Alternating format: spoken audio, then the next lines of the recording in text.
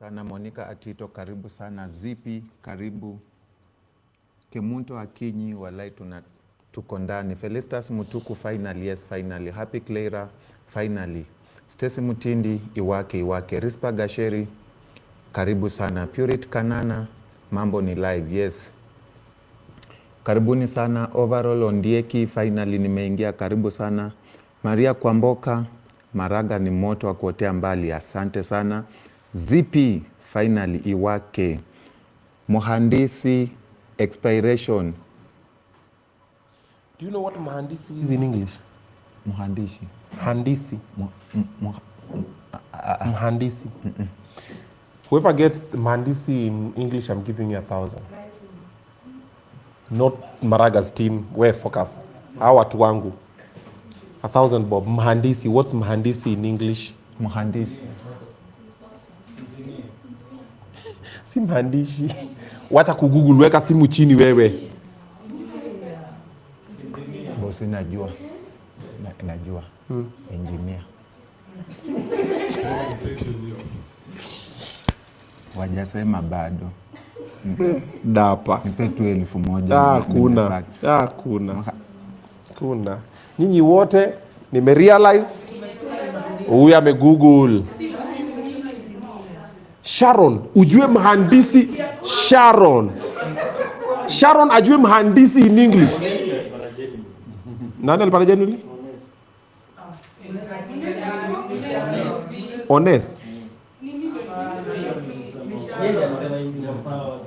Onesmus Muteni ulisema first. Sharon, I don't trust you, so wewe toka kwa hiyo hesabu. Wewe ni Mtanzania. Sasa Mtanzania na English. Mtanzania Mjaluo, wewe na English. Sa Sharon is out. Maggie wewe sikushuku sana, but you took a few minutes to figure out. Aya, so between Maggie and Onesmus, who said it first? Sasa bosi mimi nimekuwa karibu na hujasikia. Wallahi nipe 1,000. Aya, wewe wacha nikupatie tu very simple. For 1,000 bob, what is computer in Kiswahili? Computer in Kiswahili ni nini? Tarakilishi.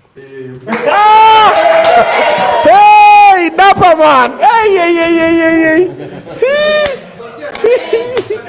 Aya, sawa, kujia yako pia wewe. Aya, ndo hiyo yako. Girl child wajibu maswali. So, for the girl child here, the world... Equality, yeah. Lazima, you have to work for your money. Hatuwapei tu. Wacha niulize swali basi. Okay?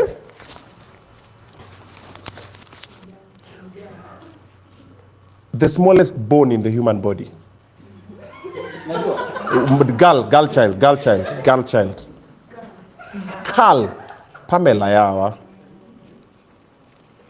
Davido anagugulia Kadrina. Naona Davido, the two of you on. Girl child. Pamela, put your hand down. It's not the skull. Teeth.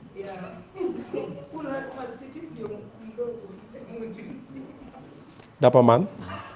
It's fine. Put the money in your pocket. Niko na CJ unaniaibisha wewe. Presidential candidate ako hapa. Mr. President ako hapa unaniaibisha. Hatajua venye uchumi ni mbaya. Wacha kujifanya unafikiria na umeguguliwa na Davido. Umepata ni? Very good. Umesema nini? Hiyo ndio mfupa ndogo kwa mwili. Iko kwa masikio. Hawezi hata ipata ukiguza hivyo, but iko kwa masikio. Actually masikio yako iko na mfupa. Na meno si mfupa. Meno ni sawa Pamela? Yeah. Si ndio? Yeah, the teeth is not a bone. Ngona angalia fanana nini. Wewe karibisha wageni hapo, focus. Na mrudishie pesa zangu tu. Wewe kateni kamera. Leta hiyo pesa. Mbele ya president jamaa. Haya basi, wacha tumalize show and then nikuje nichukue hizo madeo. Monica Atito, nasema tumeona tao. Asante sana. Happy Clara, sema niko ndani. Isaac Wande, Obinna salimia mheshimiwa, mwambie tunampenda. Kemunto Akinyi, Dapaman salimia our president. Emily Agatha, happy nimemwona president wangu. Eunice Ndunge, nimekusalimia, asante sana.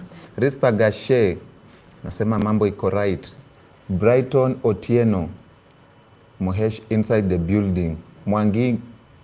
Mwanjigi, finally bosi ako wapi? Sindo huyu, bosi ndo huyu. Karibuni sana Zipi, nasema mambo iko sawa. Huyu anaitwa Brian Obize. Hello. Stacy Mutindi, ambia bosi anifanyie hai. Mfanyie hai. Hai. Yeah. Masi Tura, pia mimi leo huku sitoki. Faye Blessings, finally. Mary Tatu, hello. Momo Mwakavi, hi Dapaman, hello. Eko Momako, Presdo in the building. Josephat Mutui, gotea bosi na ugotee president, mwambie tuko locked in naye mpaka mwisho. Linet Gwatiri, bosi hiyo kati imeenda group of school. Jacob Bosora, ndani kama kawaida. Mwambie Pamela alichongoa. Pamela alichongoa. Nimesema nikuambie hivyo. Pamela anasema alienda kwa Shushaina ati nikata marangi. Pamela alisema hivyo. Wewe ukiona unaonaje? Na uongee ukijua your job is on the line. Of course wewe choma. Iko ni hiyo kati iko sawa. Ni kati yenyewe original. Hii ni yenyewe. Inakaa kiwi. Kati hebu jitokeze. Hata wanasema mimi nakaa bahati mimi. Hapana. Mimi nakaa kuvaa nini za Diana mimi. Wamekuonea. Good. Hii kati sio rangi.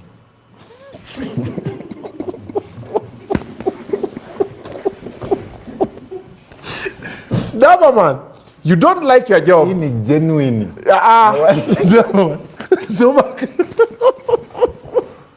You know, the more you talk about it, the more people are like, wait a minute. Okay. Haviland anasema niko ndani. Zipi, mambo imeng'ara. Simon Minet, tuko ndani kwa mpigo. Uba, wakifika 1000 people uniambie. Wako 1200. Haya, wakifika 2000 uniambie tuanze kipindi. Sawa. January Mwakama, hi bosi, tuma za cabbage bwana, leo ni mbaya. Jamani, sisi tunatafuta cabbage. Hamisi, locked in, thank you very much. Patrick Momanyi, asante sana. Emily Agatha, Obize wasikudanganye, kati iko sawa. Gospel Kedo, tuned in. Frank Mumo, mambo iko live. Isaac, asante sana. Mwangiri, finally niko in. Kok Kagolo, filter kwa bosi. Random person, tuned in. Brian Mwanga, nimeingia.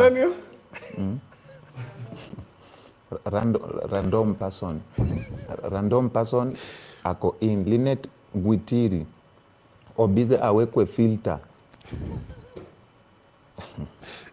Kwani wakuoni? Dagzone, niko ndani. Jona Kihuri, mambo iko live. Gosperian, bosi tunakuhitaji hivyo venye uko, sio vile. Very good. Kevin Ochieng, nywele ilimea lini? Dapaman, there are some things you don't read. Sawa bosi. Lakini kusema ukweli, Sipendi vile unaniangalia. Najua pia mimi nashangaa. Nywele imemea over the weekend. Lini? Alafu wewe ulikuwa na mimi last lini? Kwa kona tu huku ndio imemea sana. Si wanapiga fade. Kwa kona hapa alafu ndio black. Wewe mbona nywele yako hapa haijamea kama hapa? Mbona hapa ni nywele kidogo na hapa ni nywele mingi? Si ni style. Si pia ni style. Hapa ndio black side. Dapaman. Bosi hapa mbele. Dapaman. Side. Soma nywele yangu ama nywele yako? yako. Okay, ni rangi yangu rangi. Si kila mtu ajipaki tu kiwi yake. Very good. Sasa tena unakubali ni kiwi? Sijakubali, nimesema tu kila mtu ajipaki kiwi yake because akina Pamela wanajipaka kiwi, so nafikiria kila mtu ajipika kiwi. Wengine wetu wanajipaka kangaroo. Hebu niite Peter Marangi. Uko busy tu. No, he actually ni nywele. He actually, by the way, what they did is something called hair fiber.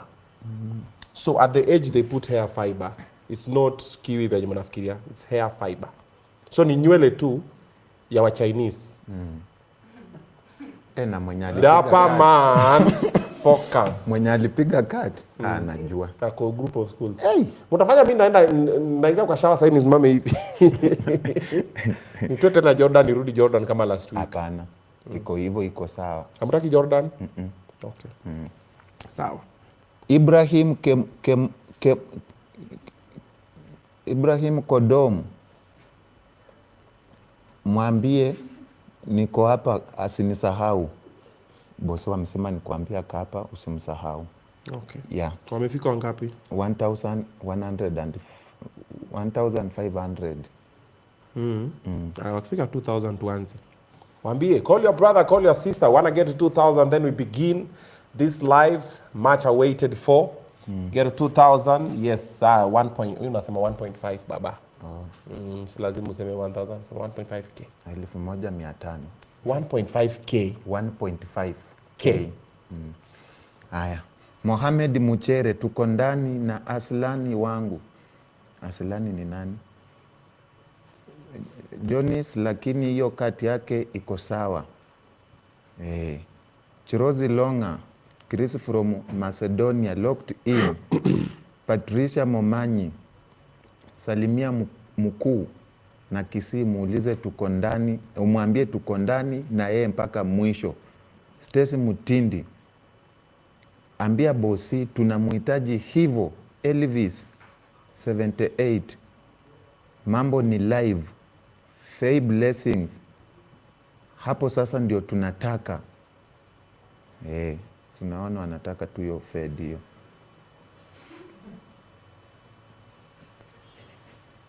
Leni, hi Obinna Show live. Ibrahim, mambo iko live. Zipi, iwake. Njeri Pauline, how big is your... How big is your? How big is your? Hata sijamaliza imepita. Okay. Davido, we can open the phone lines. Wapige tu wasalimie tu Maraga hapa kwa mwambie tu niaje, wamsalimie na masheng tu. Niaje Maraga, niaje na wasema wanapiga wapi? Wanasema mimi nani napiga kutoka place fulani, nataka nisalimie Mr President hapo nini, si ndio? Haya, msimusaidie na simu. Siweke hiyo pesa. Hiyo si ni pesa nimepe. Chanione yangu iko. Ebu toa mkono. Ebu toa mkono. Unataka kutundura. Haya. Phone. Tuko na phone ile ya nini? Ya pop balloon. Miles, do you have the pop balloon phone here? Tusaidie nayo ndio nini, unajua simu ya moshi hizo watu wanaitumia vibaya. Wacha tutumie simu ya pop the balloon. Oh, by the way, we are shooting pop the balloon on Thursday, so if you want to be part of it, if you go to my page, you will just see, actually the number that I will read now, you just send your details there, and then you'll be contacted if you are eligible. Your number ni? So put this number, they call in. But hii simu sitahang, woi. Uko sure? Simu yetu hapo balloon haki inafaa tubaye kipindi simu hii. 0758 29 39 23. Yeah, that is also the number if you want to be part of Pop the Balloon happening this Thursday. You can just send your details over there, then you'll be responded to. But for now, call us up. Musalimie Maraga for the first time live. Hamujawahi msalimia before hata tuanze kipindi. Nataka tu mumkaribishe tu Obinna Show live. Kama unajua Kikisi unaangusha Kikisi ndani. Kama unajua Kikamba angusha Kikamba ndani. Kisapere unaangusha ndani. Nini salamu tu zikuje moto. Hello. Naambia hii simu itatufanya. Hello. Hello. Salimia president. Mr. Maraga, ni aje? Salama bwana. Mimi napiga kutoka Juja. Nakutakia mema manzi. Asanteni sana. Big up. Asante. Mzee Maraga ni aje? Mzee Maraga ni aje? Hello. Hello? Tunakupata? Hello. Si tunakupata. Ni venye unataka kujiwatch ukijisikia kwa YouTube. Sawa, nimemute. Na watch live from Eldoret. Karibisha mgeni. Karibu mgeni. Haya sawa. Na watch live from Eldoret. Karibu mgeni. Maraga mwenyewe. Hello. Woza. Mimi naitwa Mika Maluweyo. Na nataka kugotea manze president wangu manze. President wako ndo huyo ako hapa? Manze Maraga Bwairire. Biamana. Nabo tata. Asante sana. Haya. Wewe wamekuja. Bwairire. Halafu sema nabo iko. Yeah. Okay. Yellow. Halo. Hey. Ni aje Obi? Poa sana, uko aje? Niko fiti. Salimia Maraga hapo. Amesalimika. Mwambie tunamtakia mema. Ni amesema anataka kuokoa Kenya. Mwamuliza anataka kuokoa Kenya kivipi? Haya, ukiwatch show atatuambia anataka kuokoa Kenya kivipi. Unapiga ukiwa wapi? Niko Narok. Narok ndani wazi. Utatuambia unataka kuokoa Kenya, unataka kuokoa Kenya kivipi? Yellow. Hello. Wagwan. Mamo. Poa sana. Wapi Maraga? Ako hapa anakusikiza. Anakusikiza. Mbona simsikii? Habari bwana. Huyu ni nani? Ongiri Mbiore. Okay. Asante sana. Tuko sawa. Okay. Mzee ajua ameongea na wewe baada ya ngoja. Akwa Maraga mbona zimsikii? Yellow. Ni aje? Maraga hapo kwa shamba yote. Anakusikiza?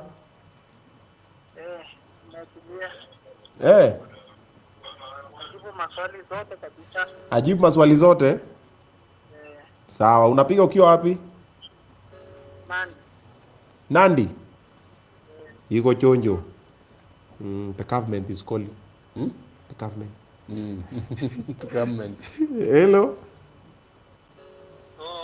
Ni aje? Poa sana Obinna. Tuambie.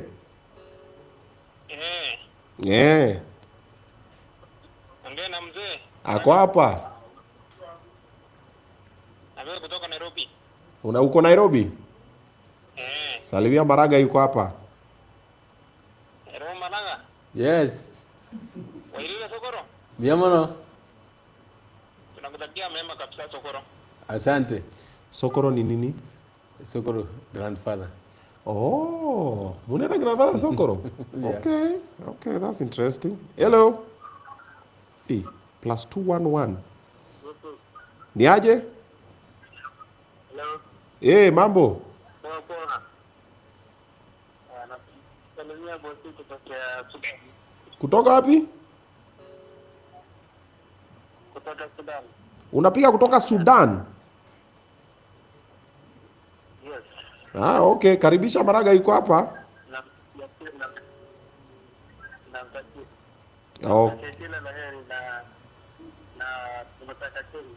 Mnataka change? Okay. Umesikia kitu amesema? Haramizi yasikia kutoka Sudan. Sikujua na wachiwa Sudan. That's interesting. Hello. Obi. Wagwan. Umesemaje mzee? Chude. Bwana kaka Rashid hapa kutoka Utawala mzee. Habari ya Utawala?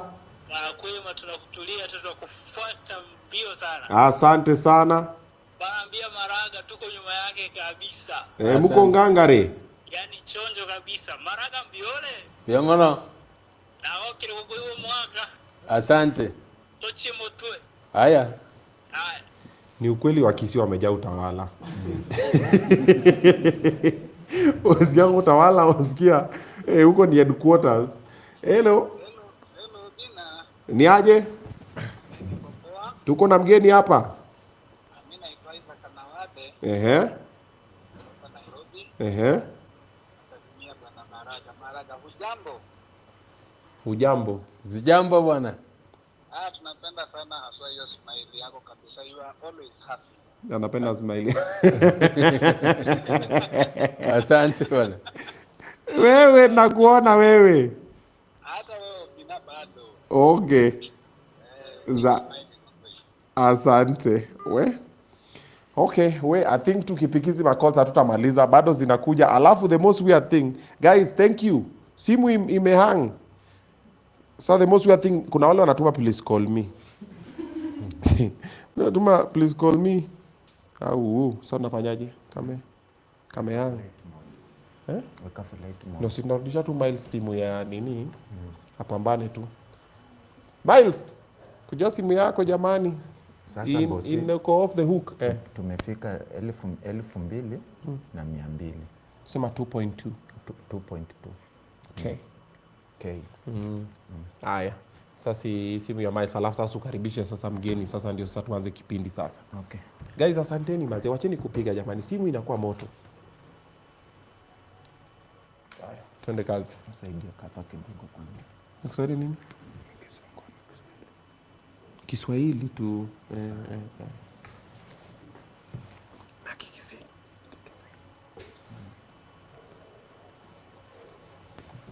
Mwambie obe.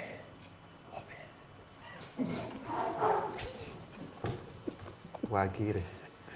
Ndiande. Obe. You're lamenting. You're lamenting. Ajui hiyo ni nini. That's okay. It's fine. Si umkaribishe kwa kipindi Kiswahili. Ndio nakuja. Okay. Na load. Sasa mheshimiwa, sisi kama watoto wa hapa. Wewe jiongelele. Mimi naitwa Dapaman na nimefurahia sana. Asante sana. Sana. Hata mimi nafurahia kwa nanyi. Mimi natoka Busia. Kwanza venye nimekusalimia, I think I will be the lawyer kingpin Busia now. Asante. Because I have received, nimepokea baraka kutoka kwa president. Asante sana. Okay. Sasa nachukua hii fursa kukukaribisha hapa Obinna Show live na tunakupenda. Wacha nichukue tu nafasi kwa niaba ya wenzetu. Okay. Sisi tu kwanza, ukiona hizi zote ni kura. Tuko na wewe. Asante. Utakuwa mbele, sisi tuko nyuma. Asante. Mpaka ushinde. Nashukuru. Umekubali? Maraga tuangi kitu.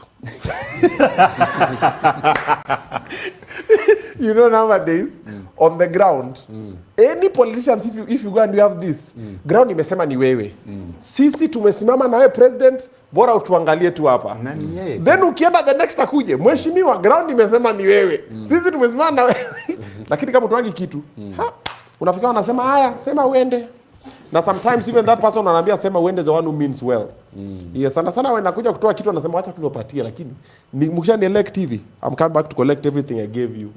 Yes. So ground ni different, so nataka tu kuuliza umetembea aje? Msaidie kinywaji. Yes. Kusaidie kinywaji kipi? Maji. Karibu sana Obinna Show live. Asante. Enjoy your show. Asante. Bosi na wewe? Mimi niko fiti. Asante. Patia Miles that one. Haya, Davido, tuende kazi.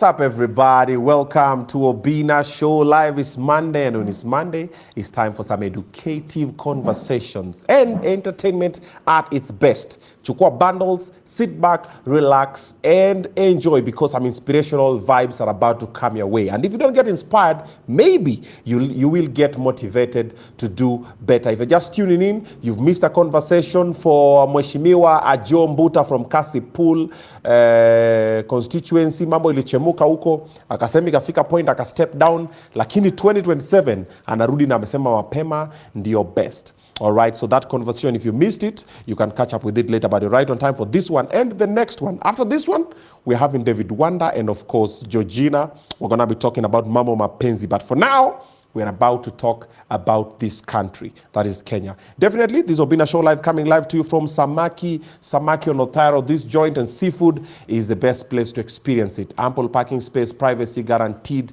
Alafu ya tuko na pizza na nyama choma kwa the ones who are saying, kidogo kidogo. Mimi hapo kwa seafood kidogo, masusi nini. Yeah, you can get to experience that one. All right, so Dapper Man, you also get me that pencil of mine. Nimeona Magi ni kama amepita nayo kidogo, kwa sababu hapa tuko na 20-point agenda. So, for the first time on Obinna Show Live, this is also the first presidential candidate we are hosting. Sindio? Yeah, and it's a good point to start. Sindio? So, umeona wako wengi? Yeah. So, for the first time on Obinna Show Live, we have a presidential candidate. Makofi tafadhali! Honorable David Maraga. Karibu sana. Asante. You're quite chilled. You know, we have only seen a very different person online. Yes. Yes, you're quite chilled. You know, it depends on where you are. Ah. Yeah, when I was CJ, yeah, you know, there we deal with serious matters. So you can't... Uwezi kuwa na smile? Well, una smile. Yeah, but you are required to be serious. Okay. Yeah. Okay. Nice. Karibu sana. Asante. Nice to finally meet you. Thank you. Nimekuwa nakuona tuko TikTok. Nasema atafika hapa siku gani? And then somehow finally it has happened. You're welcomed. Yeah, okay. This is Obinna Show Live. Thank you. Obinna is me. Show is them. Yeah. And then live are the people who are watching us. Exactly. And we sit down here with all types of human beings for different purposes. Yes. And the reason why I reached out to your team and wanted to invite you here is because also the purpose that I see you're trying to fulfill is a very important purpose. Yes. You're trying to guide, provide, protect the citizens of the country. And I was like, okay, let's have a sit with him so also we can also pick his brain on this side ya majenzi, pia tuone kama anatufeel, kama amejua mashembeteng, ama yetu ni ofisi huko. And then you honor the invite and came through. Asante sana. Nashukuru. All right. Thank you for having me. Okay. Hiya, enjoy your water. So in case you all don't know, so when CJ was coming, I was fairly warned. Wacha niwasome text nilitumiwa with the communication team. Aya, nimesave Maraga. Wacha nisome jina ya mtu ndio asiseme Obinna. Haya. Number 1 sitasoma. Ndasoma number 2 na number 3. Okay? Number 2. Move away from the bar background. Number 3. I don't remember if he serves guests foods and if they eat on the show, but if so, then that needs to go. Nilisoma hii text niko zile za so well, food we are not going to give you, your team. No problem. Background.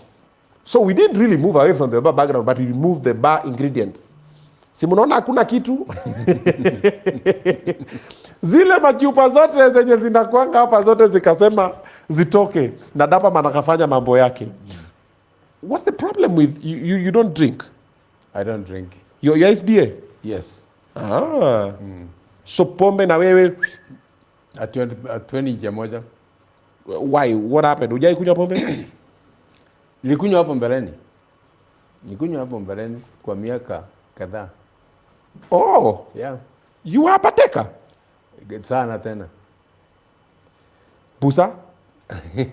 Hata tanga, I tested. Ah. Yeah.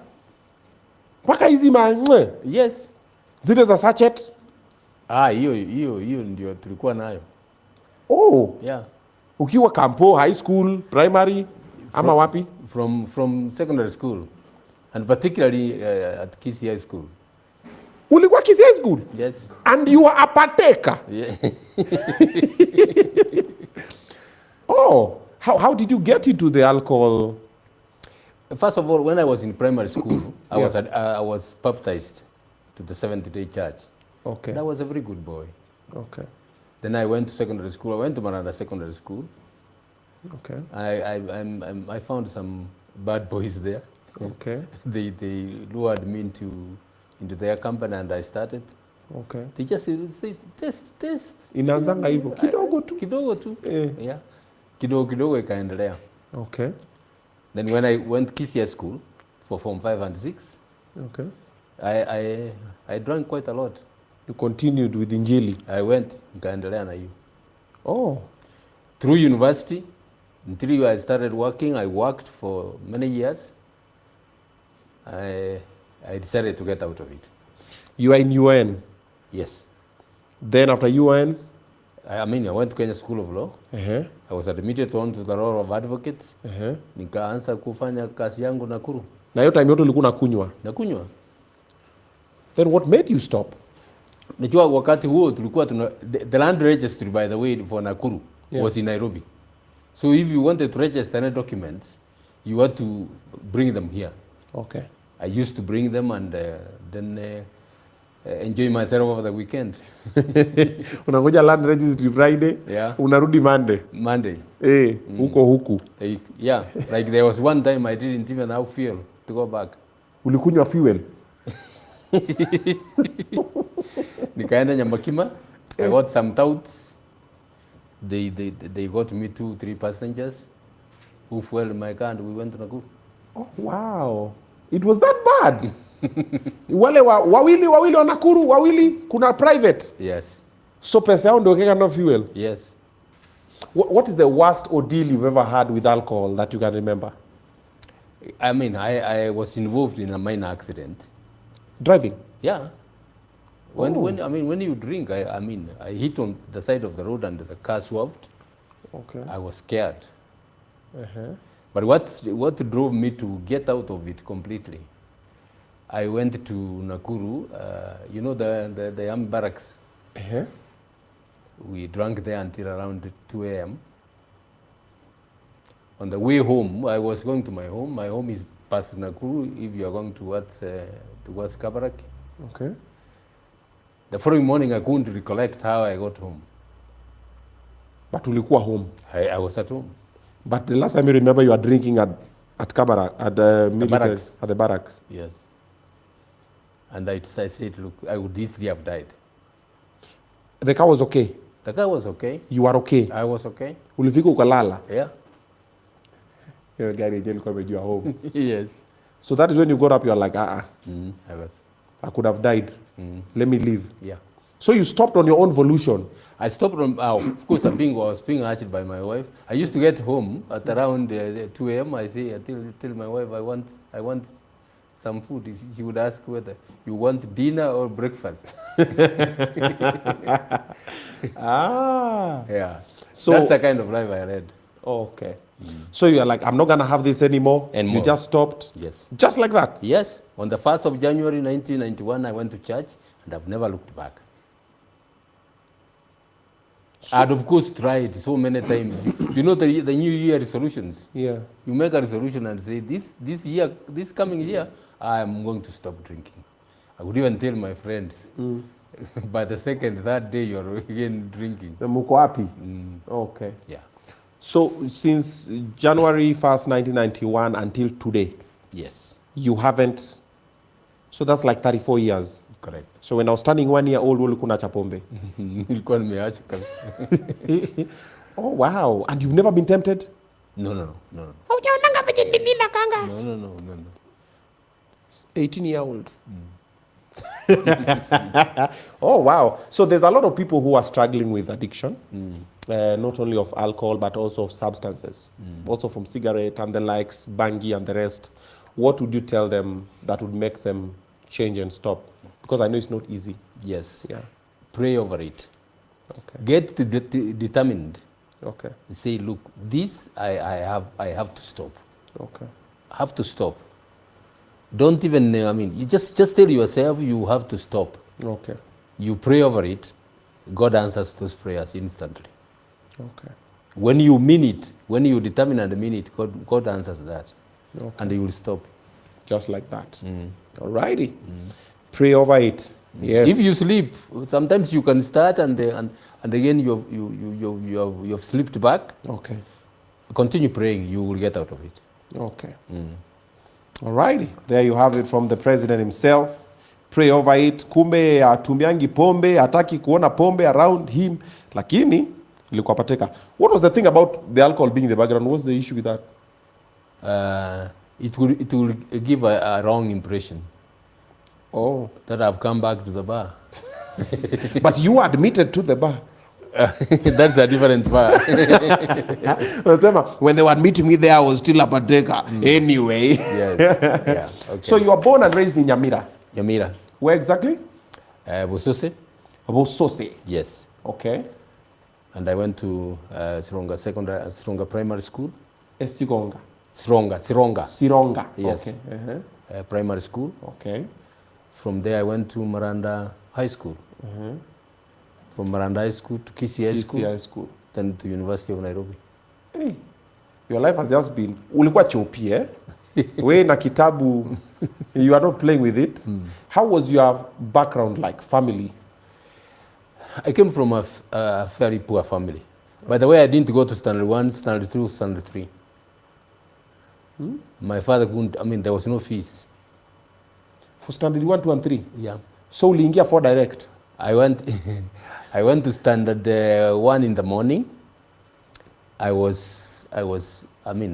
looked odd because I was very old compared with the young kids there. Oh, ulichelewa kwenda shule. Nilichelewa kwenda shule.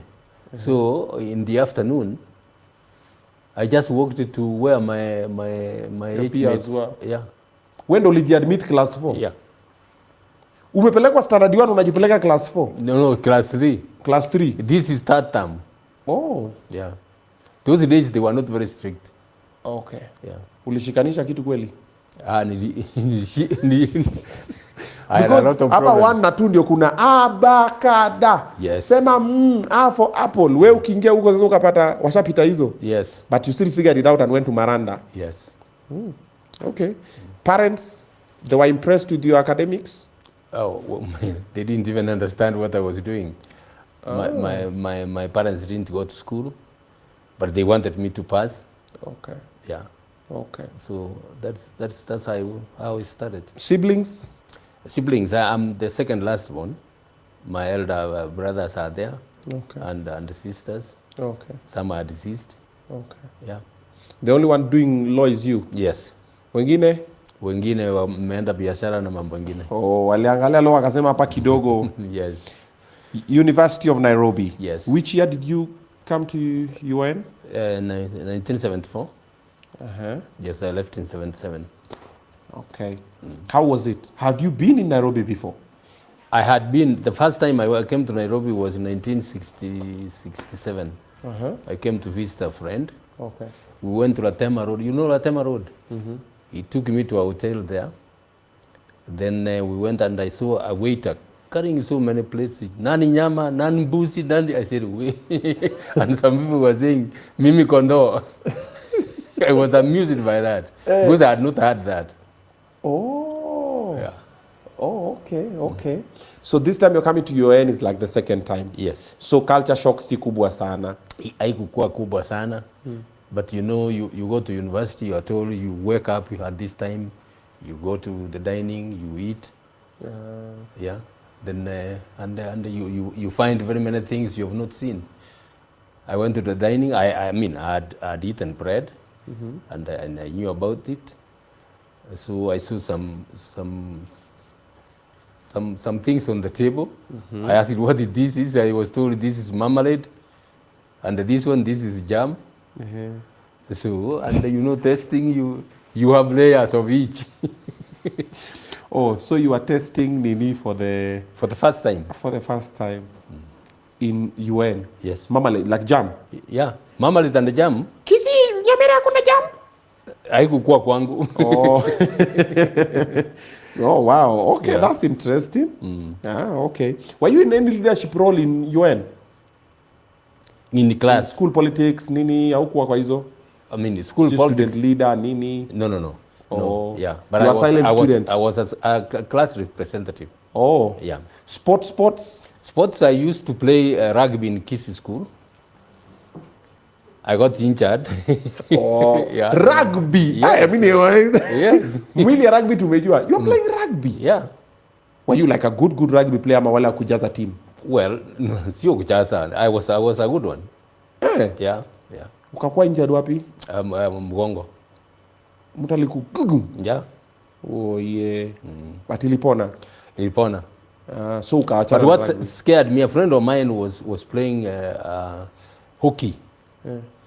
And he was hit and he lost 2 teeth. I mean, I felt I was got scared. Even me, I'm afraid of hockey until Yes. today.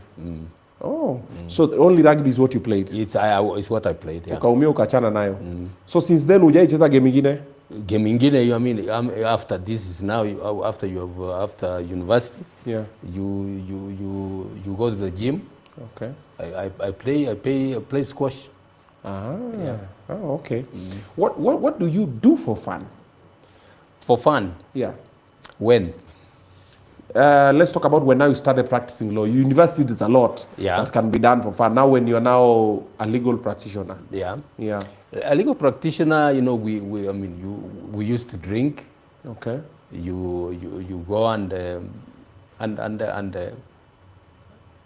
what the kind of talk you have. Okay. Yeah. So let's narrow it down further to CJ. So when you became CJ, you were CJ for about 4.5 years. About 4 years, yeah. So that time, you're no longer drinking that time. Oh, I had left long before. Yeah, you are a very different person. Yes. The whole country is looking at you. You're in this powerful position. How was your day like? Extremely busy. My day used to start around 4 a.m. You get up at 4? Yeah. Uh-huh. I get up even now. At 4? Yeah, get up at 4. I used to do a lot of my work between 4 a.m. and around 8 o'clock. Uh-huh. Then I go to the office. Okay, which work have you done between 4 and 8 and you're going to the office to do what? Writing judgments. Oh, you write judgments ukiwa nyumbani? Yeah. Oh, yes. There's no way you can, as a judge and a CJ particularly. Yeah. There's no way you can cope if you can't carry some of the work home. Oh, I know it is a very bad practice. Yeah. But the pressure of work would not allow me. When I have woken up in the morning from 4 o'clock, yeah, your mind is very fresh, and that's the time you do quite a lot of work. Okay. So you leave the house at around 7 or something? No. I used to leave around 8:39. You leave the house at 8:30? Yeah. Go to Don't forget I had police escort. To the so now you office. put the wrong side. Nima, Yeah. 10 minutes to go busy. Yeah.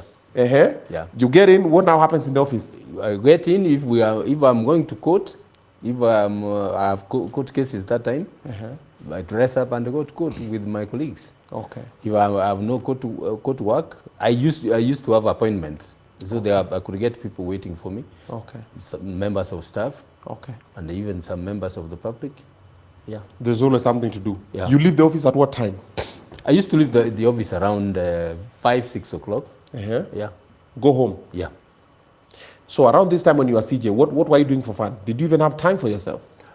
I must confess there was very little time. Yeah. Yeah.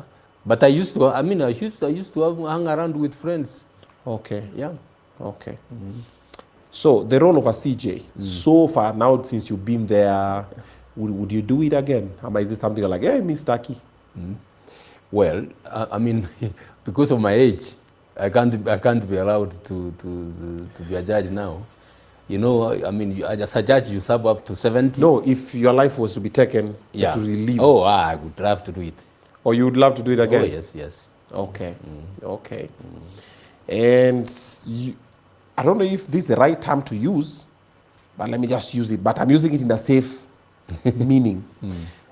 You are quite a controversial CJ, 2017, okay? What most people remember, they're like, this is a CJ who nullified elections. It had never happened before. No, it hadn't. Not on the African continent. Yes. Yeah. And people are like, okay, how? Why? Okay. So a few questions. Number one, do you believe that the political class ever truly accepted the judiciary overruling that? Number two, what was happening in your mind when you did that? And three, why you not scared? Like, Obinna, please give me a few minutes to explain. When you hold a position like one of CJ, okay, the responsibility is heavy. You have to understand that. okay, You have, I mean, even when I was being interviewed before for the position, I was asked, do you realize the magnitude of the responsibility on your shoulders? yeah, And of course that I understood. I had read widely. I had read about, I mean, how CJs in other countries have found the responsibility.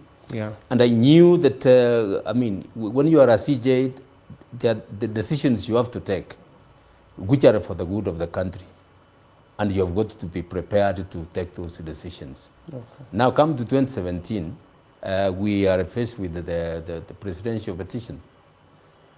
That is the most important case any judge can handle.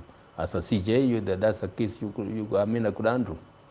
So, I understood the law. We had prepared, we read the law.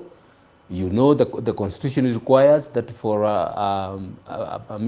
an election to pass the test of legitimacy, it has got to be transparent, it has got to be verifiable, it has got to be accountable. So when you get that, then you now get the evidence, and then you know, as we said in that judgment, election is not an event, it's a process. You start from voter registration, and you come up. So when we looked at the evidence, all in all, 4 of us were not satisfied that it met the threshold, yeah, and then we nullified it. okay, You asked what we are feeling, but as I told you, the responsibility is heavy. You get prepared for the backlash, yeah, but you know you have done the right thing. Your conscience is clear. okay. Yeah. So you passed it, you said, now this one it can't go through. Yes. What happened after? Did you get calls? Were you like threatened? Were you? I was abused left, right, and center. Okay. Yeah. I mean, the president said he's going to revisit. Quite a number of people, my family was scared. And we were wondering whether, there was even propaganda that that there were some people being sent to my home. Nobody was sent to my home. Okay. Yeah. So you never got like any direct threat. It's just that people abusing you. Panic. Uko kando. Yeah. Yeah. Oh wow. Okay. You must have had a very strong heart and mind for you to stay strong all through that. And then now, 2027. If at all anything like that happens, and you look at the current system that we have, the judiciary, would you see them pull a Maraga? Ama you think maybe you are the only one who is capable of pulling a Maraga? Because there's been a lot of stories around our judiciary being, it's called Judice-Pesa. It's called the PESA judiciary. Like there's a lot of corruption that's happening there. People are now not trusting the judicial system. What do you think? When you look at it as you've been there, you've done that, now you look at your colleagues. Are you like they're on the right track? This and this not happening. Also, if you look at LSK, currently the happenings within LSK as well, the politics within, what do you think? You know, the allegations of corruption, especially in the judiciary, Yeah. some are totally unfounded. Yeah. Some people, when they have lost cases, they even come up with imaginary allegations that this case, somebody must have been seen. Ameonwa kando. Somebody must have been seen. Yes, yes. Alionwa kando ndiye akafanya hivi. Yeah. Quite a number of those allegations are perceptions. Okay. Yeah, but then I can't rule out cases of judges being bribed. Yeah. That is personal, and you know, it's one of those problems that you cannot easily tell. Okay. Yeah. So we aren't sure. 50-50. Okay. Sawa.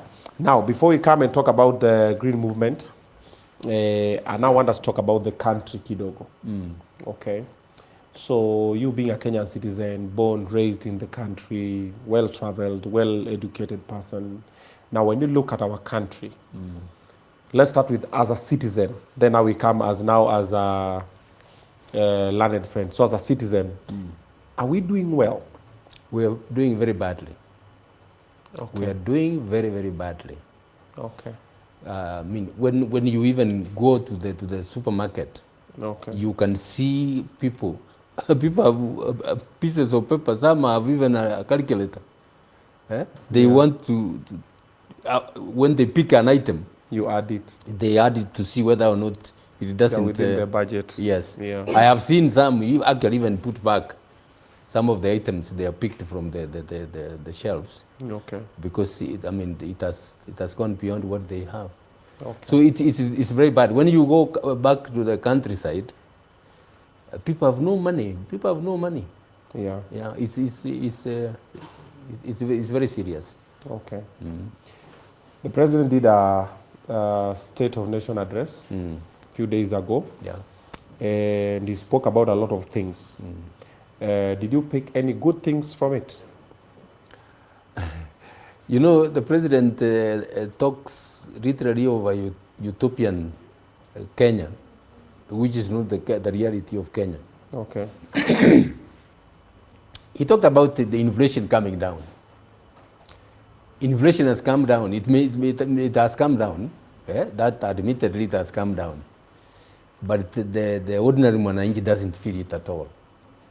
He doesn't feel it at all, because he can't afford to buy. Whether or not it has gone high or it has come down, he can't feel it. Okay. Then one other thing I saw, and I was surprised, is the shilling is doing very well. It has stayed at 129 shillings per dollar. But you need to understand that. I mean, you can tell that to somebody who doesn't understand how this economy is running. But when you go to the public debt, how much has the president borrowed? He has borrowed, since he went to the office, he has borrowed more than $1 trillion every year. More than $1 trillion every year. Now we are at all these, like he talked about the reserves, the foreign currency reserves that they are stable. Those ones are popped by loans from IMF, by loans from World Bank. Those are the ones which are stabilizing the shilling. Okay. Once those institutions come knocking, that's when you will see. That's when you will see. So it's a ticking time bomb. Yeah, it's a ticking time. It's a ticking bomb. Time bomb. Yeah. Wow. The fact of the matter is that the shilling has been stabilized by borrowing. And that's extremely dangerous. Basically, you know what you're saying is it's an illusion. We're living in an illusion. It's an illusionary. It's an illusionary life. Ni kama kuchukua loan, Uende you kulipa live this ingine. lavish life, but kuna hii loan inafaa ulipe. Yes. So for now you are okay. Yeah. But ukimaliza kuenjoy sasa hii loan inafaa ilipwe na una realize, kuna kafuliza nilikuwa nayo hapa. So we are not in a good space. We are not in a good state. We are in a very bad state. So even the shilling stabilizing. This is illusionary. It's just a matter of time. It's a matter of time. Do we have any solution around it? Because you see, the solution around it is to revive the economy. But there is no effort being made to revive that economy. If anything, it is being ravaged ever more. Even more. But the president is doing a couple of things to revive the economy. Which one? He's been talking about there's farmers being empowered. There's affordable housing that's going to help employ a lot of young youths. There is the irrigation schemes that they're doing in farming. Those are not working. I mean, you look at the fraction of people who are involved in that. Just a handful of people. You have talked about helping the farmers with sand instead of fertilizer.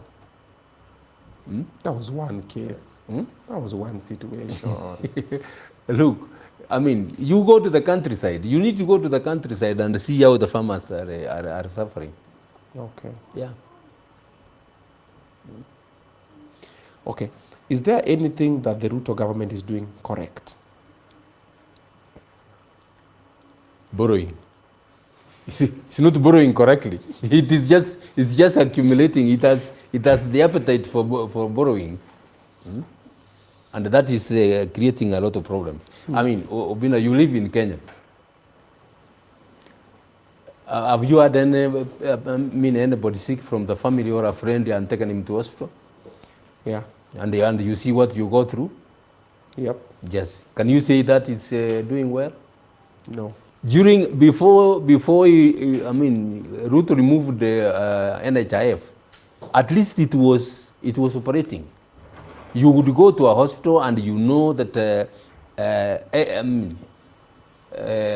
NHIF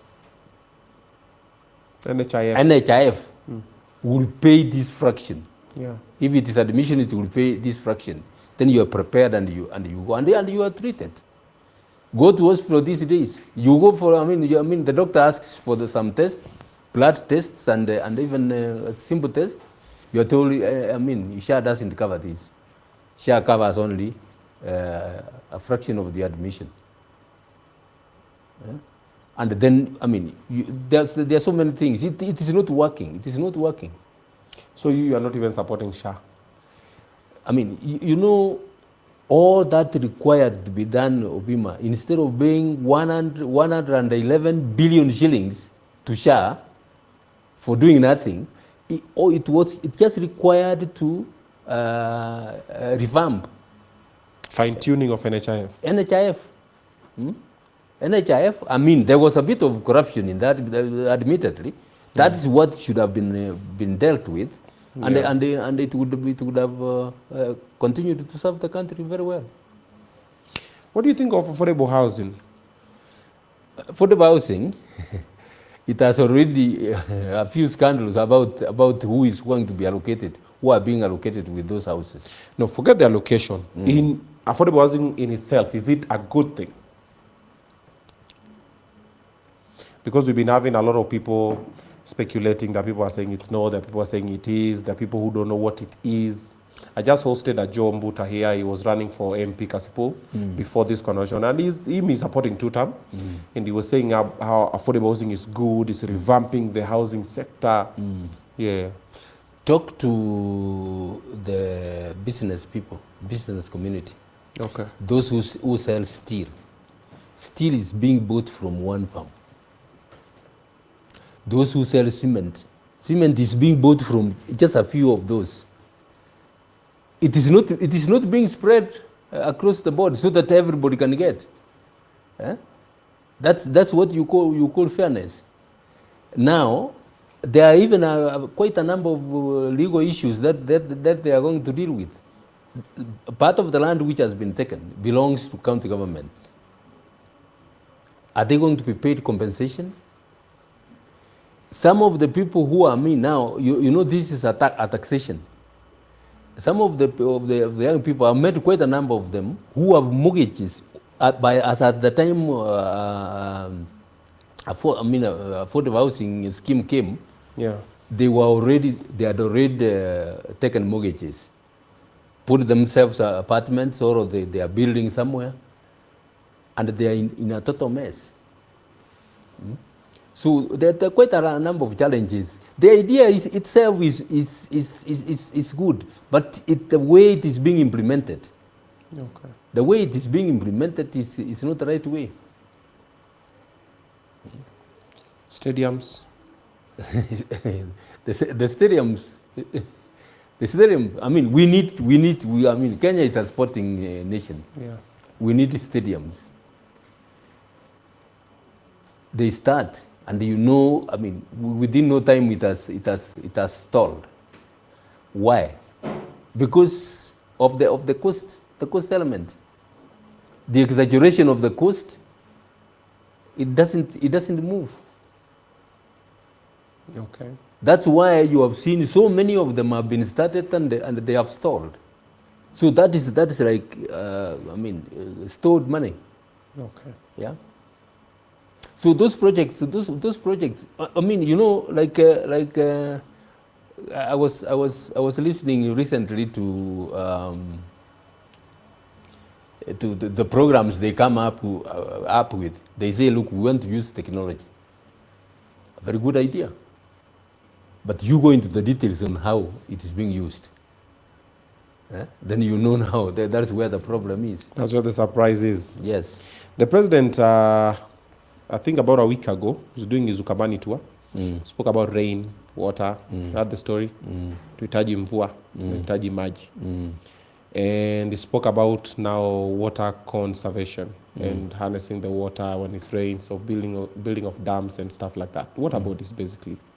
What do you think of that whole theory of us now, water catchment areas? We now focus more on the dams and irrigation. We don't just keep on waiting for the rain. What do you think of that whole idea? That's a fantastic idea. Okay. That's a fantastic idea. I mean, that we should have been doing even long before. But? But when you go there and you begin, I mean, constructing those dams, that's when you know that these ones will not get anywhere. Will not get anywhere. Because, I mean, a dam which should have cost, say, I mean, a few millions, will cost 10 times. Yeah. And at the end of the day, it will not be completed.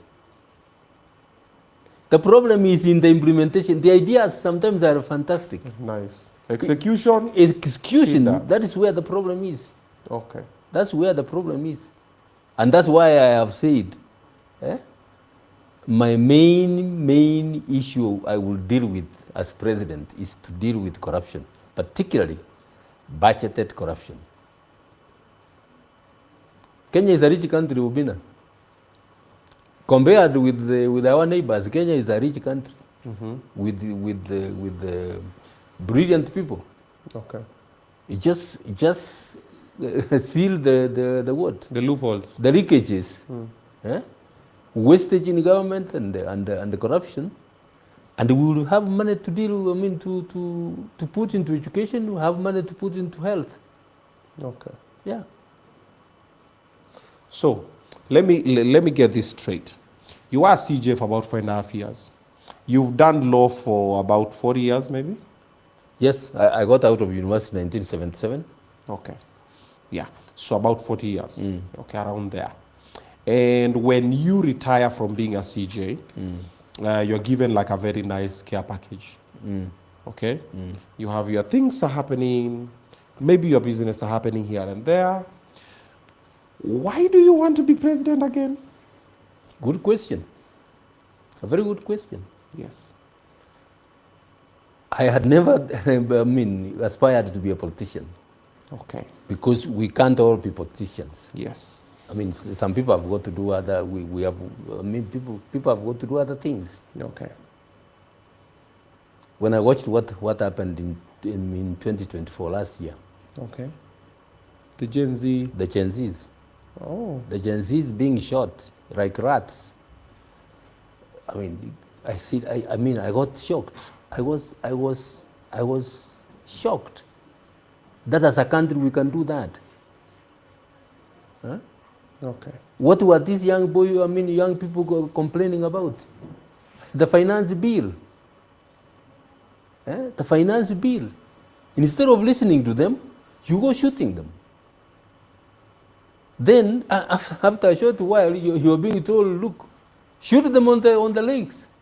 I said, good heavens, are we in Kenya or are we a country? I've never heard that from anybody, leave alone a president of a country. I said, this is not right. I had discussions with friends, and they said, look, Maraga, come.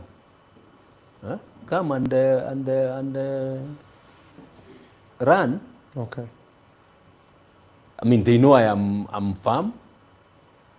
And I live in this country. What I have seen is, and I've said this many, many times, we have one of the best constitutions in the world. Execution, you use the term execution. Implementation of the constitution, yes. That's where the problem is. Okay.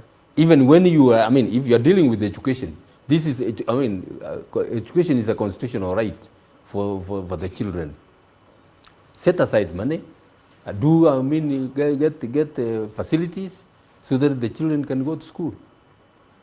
In the course of doing that now, you spend a lot of money, which at the end of the day doesn't benefit the children. Yeah. Stealing, actually looting from the public resources.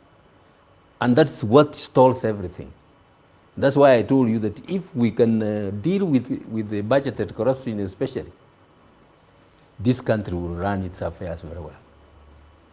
You remember when Kibaki came in? Mm-hmm. We budgeted, the country, the taxation was, was it 90-something% of our budget was financed from our resources without having to go and borrow. Okay. Mm. So what made you want to run for presidency is because you saw the Gen Zs being shot? So the Gen Zs being shot, things are going haywire. The SHA had started, and we had all these problems coming in, okay. And you see nothing working. Okay.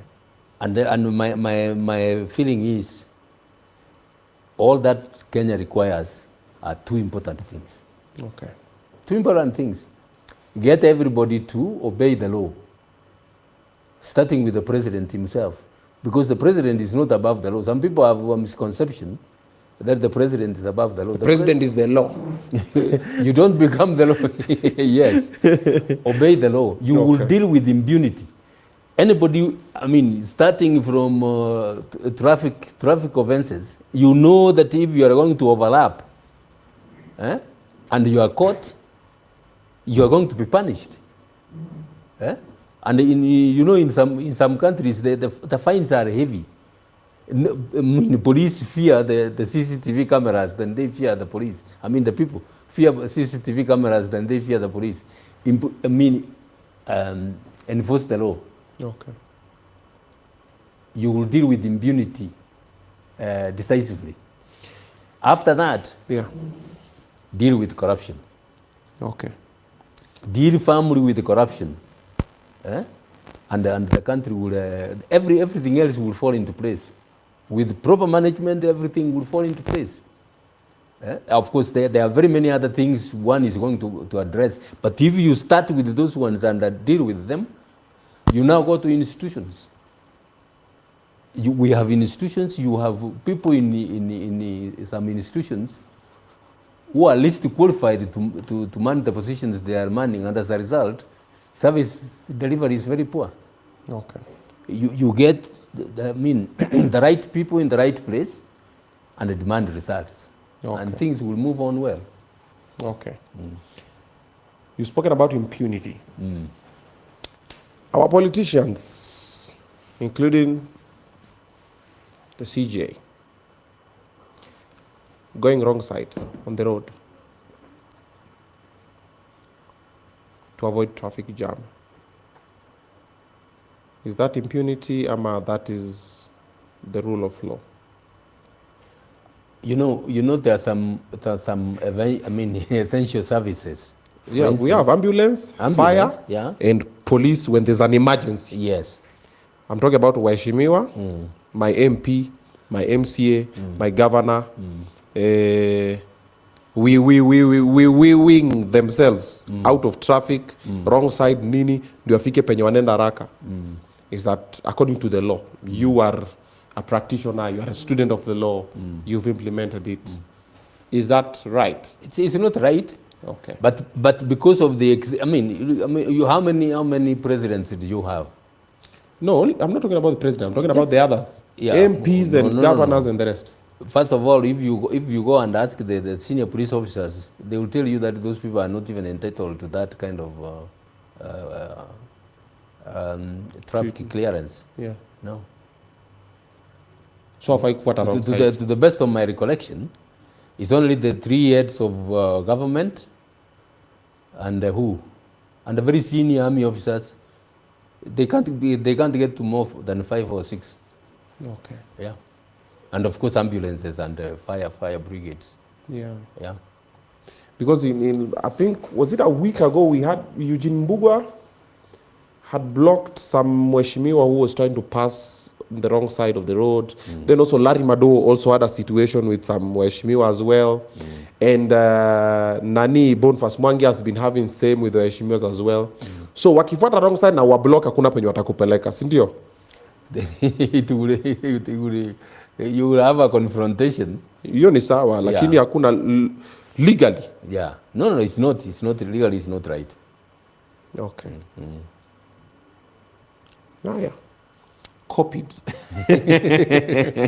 Copied loud and clear. Okay. You are a presidential aspirant. We have all these debts. Let's say you're president today.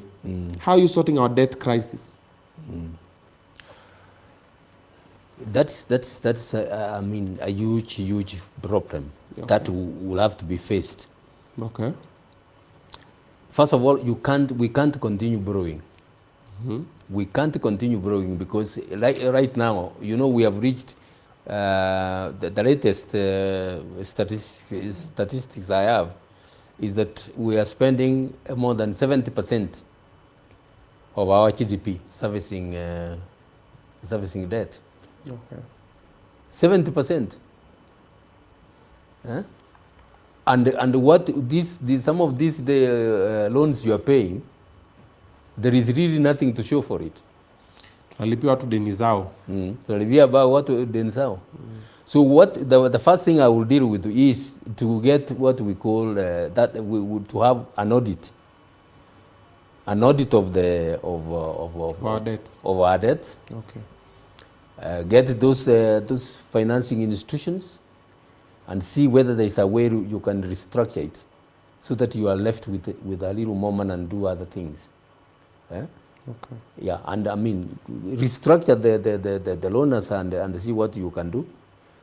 There are others you may need to really question whether they came and benefited the Kenyans. But of course you will have to follow the law. So one has to deal with that. Okay. Yes. So that's the first point you're going to deal with, the debt situation. Okay. There's a video of you saying you can never work with President Ruto. Do you have it, the video? Yeah? Yeah, I can play it. Rais William Ruto akikuita mfanye kazi pamoja hapa mbeleni kutafuta nafasi ya urais. Are you willing? No, I will not work with him. Because his vision or his way of working does not will not harmonize with mine. Yes. So that means you cannot be in his camp. No, I can't. Ila kuna wale ambao wanadhani wewe ni mradi wake. You are a project. Are you? Yeah. Wacha nikuulize hivi Elizabeth. Ukiitwa project, wewe ni mtu ambao umenunuliwa. Go back on my record. Kama ni kununuliwa nilikuwa nataka kununuliwa, ningenunuliwa kitambo. I will not be a project of anybody. I will be a project of the Kenyan people, to serve the Kenyan people. I will stand firm. Na mimi nawaambia wa Kenya hivi. Niamini na pesa yenu, sitawaibia pesa yenu. Sitawaibia pesa yenu. Sitakubalia familia yangu iwaibie pesa yenu. Sitakubali wale ambao tunafanya kazi na wao waibie pesa yenu. I will take care of every shilling the Kenyan people will place in my hands. All right. That is a good one. And thank you for allowing us kuku-interview siku ya leo. Sitaondoka kabla niulize hili. All right. So you made that remark. And now 2027 is coming up. And President Ruto is going for re-election. Okay, as we know, most Kenyan presidents are always looking for the second term. And he still has not announced his running mates. Majority of people are saying, oh, Mimi Sifa is not going to be there. They're looking at different options. And now there's a key C factor, which is a very serious factor. There's a Mount Kenya factor as well. There's a Nyanza factor as well. And let's say now President comes and tells you, Maraga, because of how you are upright, nini, when the so sufficient deputy. Yes or no? No. Nakuja na kitu, haikuji tu hivyo? No. Kitu mrefu. 1 trillion. Why not? Because you've said his ideologies are not matching yours. His value system are completely different from mine. What if he changes and now wants to follow yours? Tells you now take the lead, now I'll be listening to what you're saying. If I'm the president, that would be different. Or you can pick him as your deputy? No. Yeah. I mean, I can't pick him as my deputy because he will have to deputize me whenever need arises. And? I don't think I can work with him, no. So there's no value of the president that you believe in? I mean, Obinna, the president comes up with the Shah, a looting machinery. Okay. He comes up with this project. He comes up with this project. All of them, if you go into details, they are all, I mean, looting mechanisms. Those are not my values. I can't work with that. Okay. In QC area, there's another presidential aspirant. The one and only, Matiang'i. You guys can work together? Who? Matiang'i, Dr. Matiang'i. Can you guys work together? If he comes and, embraces my vision. Yes. Embraces my vision, we can work together. If he wants you to embrace his vision? No, I can't. Because you see, I want to, I am aspiring to effect fundamental changes. Okay. Fundamental changes in the governance system of this country. Okay. And as I told you, the main things I will start with will be rule of law and the corruption. Okay. So I would want to work with people who can come and say, look, we are able to, we are willing to work with you. Okay. And I as the head. Okay. Yes. Kalonzo. Would you work with him? Kalonzo is a good man. By the way, he was my classmate. Ah. Yeah. You went to school with Kalonzo? Yeah. We were in University of Nairobi together. Oh. Yeah. Okay. And he's a good guy. So you would work with him? Yeah, we would work together.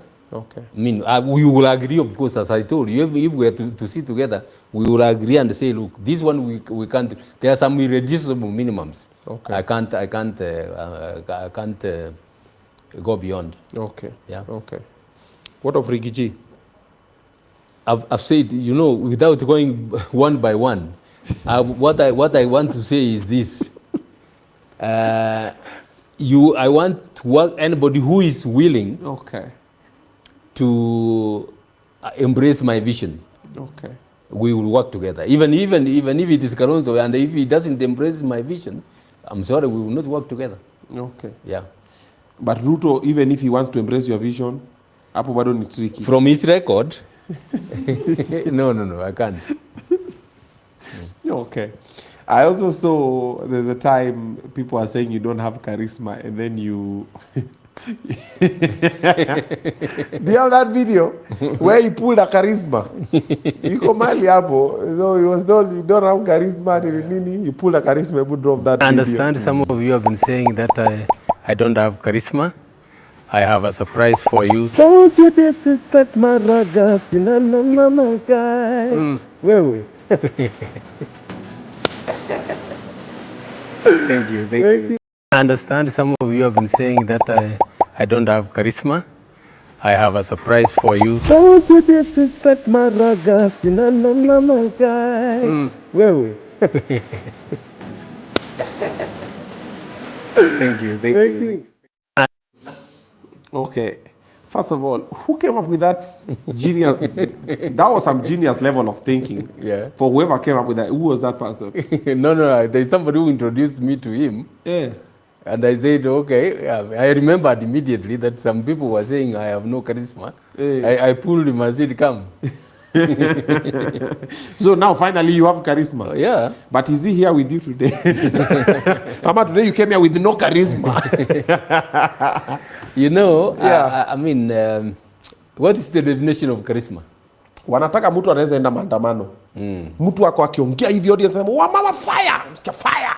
Nini? Mimi nimetenga in 6 months time. Yaani unaona kidogo wewe ukijanga tu gozele. Now guys, I want to follow the rule of law. And the constitution. Watu wako zile hapana. Tunataka semeni hivi. Oh. You know, that's one other area where we make a mistake. Okay. You think the loud mouths are the best leaders, and I'm not saying they are not. Some of them are good, but then if you are going to just judge the book by its cover, Yes. then you make a mistake. There are some people who are very, very soft-spoken, Okay. and that they are extremely effective. That's true. Yeah. That's true. Moses, we read in the Bible, he was not an orator. It was a stammer. He was a stammerer. Yeah. But the Holy Book tells us he was one of the best leaders in the world. Yeah. Okay. So you feel like being a leader, you don't need to have charisma. I am not saying I don't need to. Yeah. I need to express myself. Okay. I need to be understood by my people. Okay. I want to be honest with them. Okay. If you come and you tell me something which is not right and I am annoyed with you, you should know where I'm coming from. Okay. If you are doing something good, I will praise you and we move on. Okay. So, as I said, being charismatic is not the only factor to consider in leadership. Okay. Yeah. Alrighty, we still have a lot more to talk about. We are with Mheshimiwa Maraga in the house. I'm CJ Maraga. We want to talk about Mount Kenya. We want to talk about Natembea. We want to talk also about Tanzanian elections. Yes, and I want to throw in over there the wildebeest migration. We've been seeing what has been happening in Pale. And then also now let's come and talk about the United Green Movement, its inception, and also the Gen Zs supporting Mheshimiwa over here, and also him calling out for the Gen Zs to come and talk about it. Then let's talk about his 5-point economic revamp plan. Yes, but before we do that, I want to let you know that if you want to invest in property, high store properties are the best people to do. There's a very, very fine piece of property in Kitengela that I want you to jump on before they run out of pieces. This is the time. Check out this video. Call this number ASAP.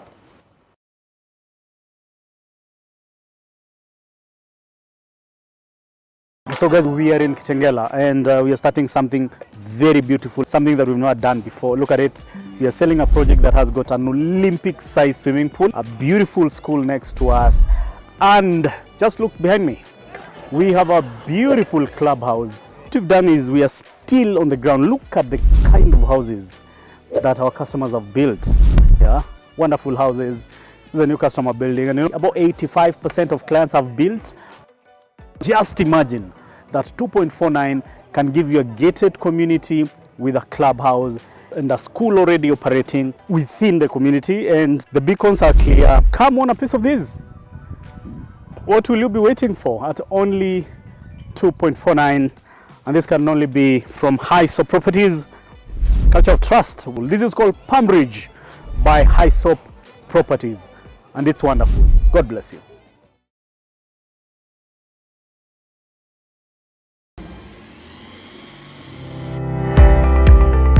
Wow, are your walls looking plain and uninspired?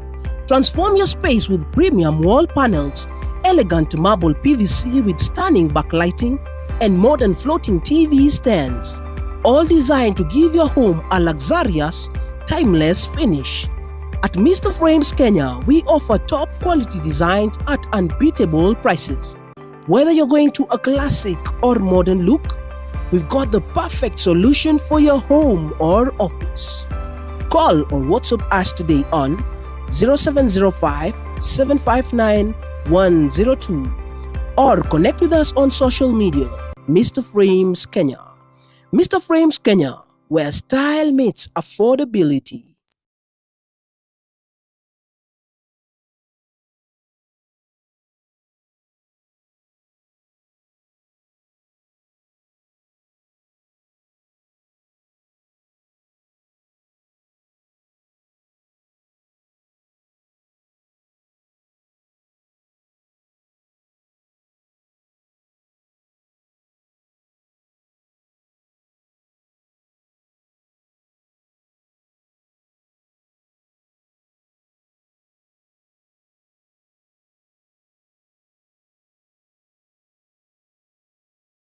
Mbona umebust? Able to find out. What's the problem? You look like a Luo man. Are you a Omero Nyango, are you Luo? Of course I'm a Luo. That's why. Simeji. Angoma gijo Luo. Nawapenda lakini there's just Shida ni nini na Wajaluo? okay, Wajaluo like si lazima ukae Mjaluo. Yeah, that's it. You have a kid? I have a family. That's why I wanted a side chick. When you smile. So do you have kids? I have one. Hey, Nyabura, oka hahaeni. What's the problem? Nini? Na wao, I beg. What's the problem? I beg. Ingolezi. I beg. Obinna, in this life, we don't run away from responsibility. You are the living mama. So That's if true. my kid would make me lose something, I'd rather lose that thing. Yeah, true. Than my child. Yeah, because siwezi taka kushindania attention. Okay. Yeah.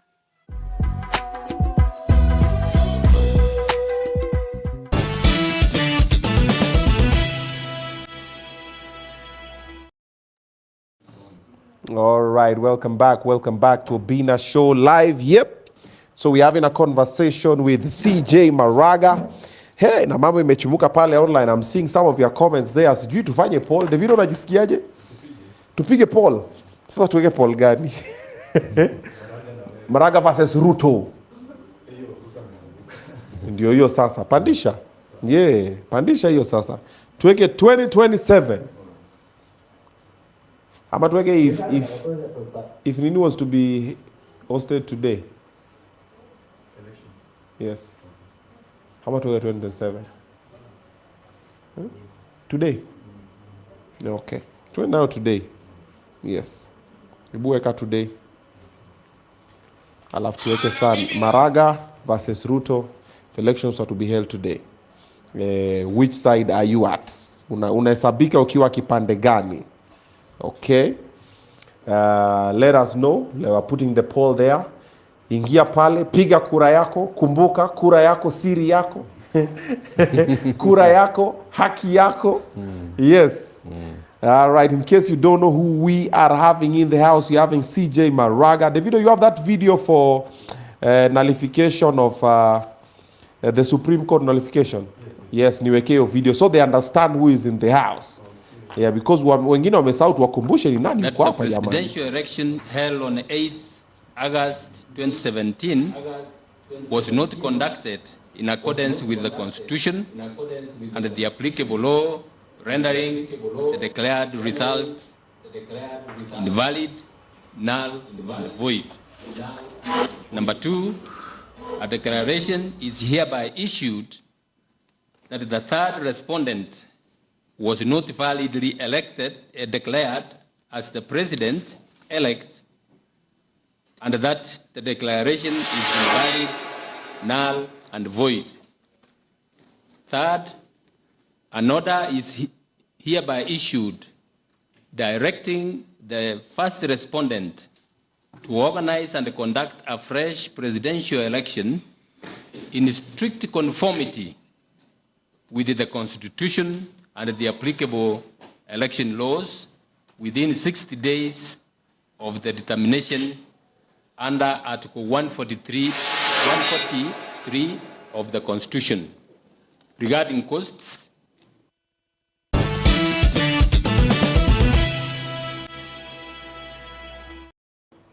Okay, so that is the gentleman that we are having in the house. He had the cojones, I'm trying to use safe words, to overturn, to nullify elections. Watu wakasema gai, watu wengi sana wakakasirika, lakini mambo ikaenda vile ilienda. So today he's in the house, and also he's running for presidency. He's vying for presidency, and he says the reason why he decided to do that is because he saw Gen Z's being killed. He was like, we should not be doing this. Now let's try and do better. All right, so we're gonna pick up his brain on a couple of matters that are happening in the country, and so far he doesn't like how the country is being run. Okay, so currently we are having by-elections that are happening in Mount Kenya, and some parts of the country. Yeah. But now the Mount Kenya one, to be specific, do you think is a litmus paper for the battle for Mount Kenya leadership ahead of 2027 elections? I think it is, to a large extent it is. Okay. Yeah, because there are two candidates. One is from UDA, yes, if my recollection is right, and one is from DCP. Yeah, so it's in a way, it's going to be, it will point to what might happen in 2027. Okay. So wajaribu without, if there is no rigging at all, it will be a good, a good test. Yes. By the way, because you see, if there is rigging, then it gives a distorted picture. True. So what he's saying is make a lot of sense. This is for the two parties that are going head to head. If you guys want a true litmus paper test, muende pale bila kurig. Yes. Ndio sababu upate truth, nika kudanganya daktari juu ya symptoms. Exactly. Unasikiaje? Nasikia hapa kwa mgongo na nikichwa. Utapatiwa dawa ya hapa. Na kumbe unaumwa na hapa. Then nasema tulipima tukaona inatibu mwili mahali. Yeah. So that is true. Okay. Governor Natembea, Kabuchai. Gunshots, things happened. We've seen the direction that our politics is going. Even in Kasipul, we've had a lot of violence. Do you think these things are being allowed, are being entertained by the government, are being supported by the government? Why is that happening? These things are being entertained by the government. Okay. Let me tell you, if the police were given strict instructions, you wouldn't see that nonsense. Okay. There are mixed signals. The police are being given mixed signals. You tell the police, look, we don't want anybody to go fighting. Election is not violence. Violence, first of all, if you are involved in violence, that's already a disqualification. Or if there is evidence of violence, in an election petition, that's a ground for nullifying that election. Okay. The police are supposed to be firm and take firm action. In fact, it is a worrying trend. If it goes on, it is going to be a very, very worrying trend because, if we are having this kind of violence in just a few constituencies, what will happen in the whole country? Yeah. It is the government that better pull up its socks. This can't happen. Okay. Yeah. In 2027, do you see such types of violence happen? There have been rumors of it. This is the theory that people are having. For example, if people are having a theory that if President Ruto is defeated he will refuse to step down. Other people having the theory that they're going to extend the term limit for the president. Other people having option that there's some people who will try to take the power by force. So there are all of these theories that are running around. What do you foresee happening in 2027? I shudder to think about anybody taking the law into his hands. Okay. Because it will just mess all of us. Okay. It will mess all of us. Okay. And my plea is to, particularly first and foremost, is to IBC. Okay. As I told you, when you are given some position, you've got to understand the nature, the magnitude of the responsibility in your hands, and discharge it, having the country at the back of your mind. Okay. And my plea in this case is to the chairman of IBC and the commissioners, okay, to ensure that they don't, send the country to 207, 208. Okay. Yeah. Do you have faith in IBC as it is now? I mean, there are worrying trends. What we are seeing in the media, yeah, if it's true, it's extremely worrying. Extremely worrying. Okay. Yeah. Senator Okiya Omtata has gone to court saying he doesn't support what IBC is doing. There's a couple of discrepancies. Hapa kule. Do you support him? No, I mean, if and Okiya Omtata is a fairly diligent guy, yeah, if he has evidence, we will support him and have action taken against the IBC. Okay. What has kept Kenya where we are, by the way, is because of following the law, although we have not done very well, okay, but we are better off compared with other countries. Okay. What we need to do is to do even better, and our country will continue. Okay. Yeah. Do you see President Ruto winning, getting re-elected 2027? I can't see him winning. Okay. I can't see him winning, given the record he has set. Okay. And the suffering the Kenyans are going through. I can't see him winning at all. And it had better be done properly. Okay. IBC had better do its work properly. The police had better know that they are not beholden to the president. Yeah. They have a responsibility to discharge to this country. Okay. Yeah. People are also speculating by the end of 2026 is going to be a people's darling. Who? President Ruto. He's going to find his way back to them. All the projects that he's launching are going to kick off and they'll start working. And life is going to become fairly manageable and affordable. And people will vote him in. I can't see that. Okay. I can't see that happening. Okay. Yeah. Do you see... Ruto is actually struggling to keep afloat. Okay. Yeah. Okay. Do you see an extension of the term limits? How? The Constitution doesn't allow that. But they'll need it. Huh? Tapitishwa. Oh. Did you see the amendment bill? That juicy, the cyber crimes amendment bill that was passed? I mean, the extension of the term? No. The cyber crimes. There's an amendment bill about a month or so ago. There are some which came into law. The cyber crimes. Yeah. It came into law, but it was halted kidogo. Yes, people went to court. Yeah. People went to court. I made a press statement on that. It is trampling on the right of expression. Oh, so you read it and you're not supporting it? Oh, I'm not. Yeah? Okay. Yeah. So that one is. I'm confident that it's going to be overturned. Okay. You were asking about the extension of the presidential term.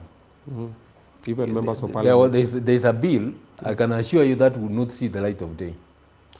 If that cannot see the light of day, how have these other bills seen the light of day? Because they pass through the same house. The Constitution, the extension of the term requires a referendum. Are you going to vote for extension? It will not see that one. Will not see because of the threshold that one has to master for an amendment to extend the term of the president, those are wishful thinkers. It's not going to get anywhere. Okay. Let me just ask this one before now we come back to this, just what I've been thinking. What is normally the issue with most leaders when they get in power? Whatever the previous leader was doing, even if it was good, they trash it, and then they start doing something afresh. And then they know very well they will not finish this thing in 5 years, but they do it anyway. Then they come to you on the 4th year and say, guys, now, I need just more 5 years to finish this. And they still just never do. Yes. No leader can just come and say, oh, this guy started something nice. Let me just continue with it. Ni mzuri sana. You know, that's part of corruption. Okay. Quite a number of leaders come into power. We have seen it in county governments. A governor had started a project. Yeah. That one is shelved. The new governor starts his own projects. Because maybe that one which was started, the governor had already gotten his cut.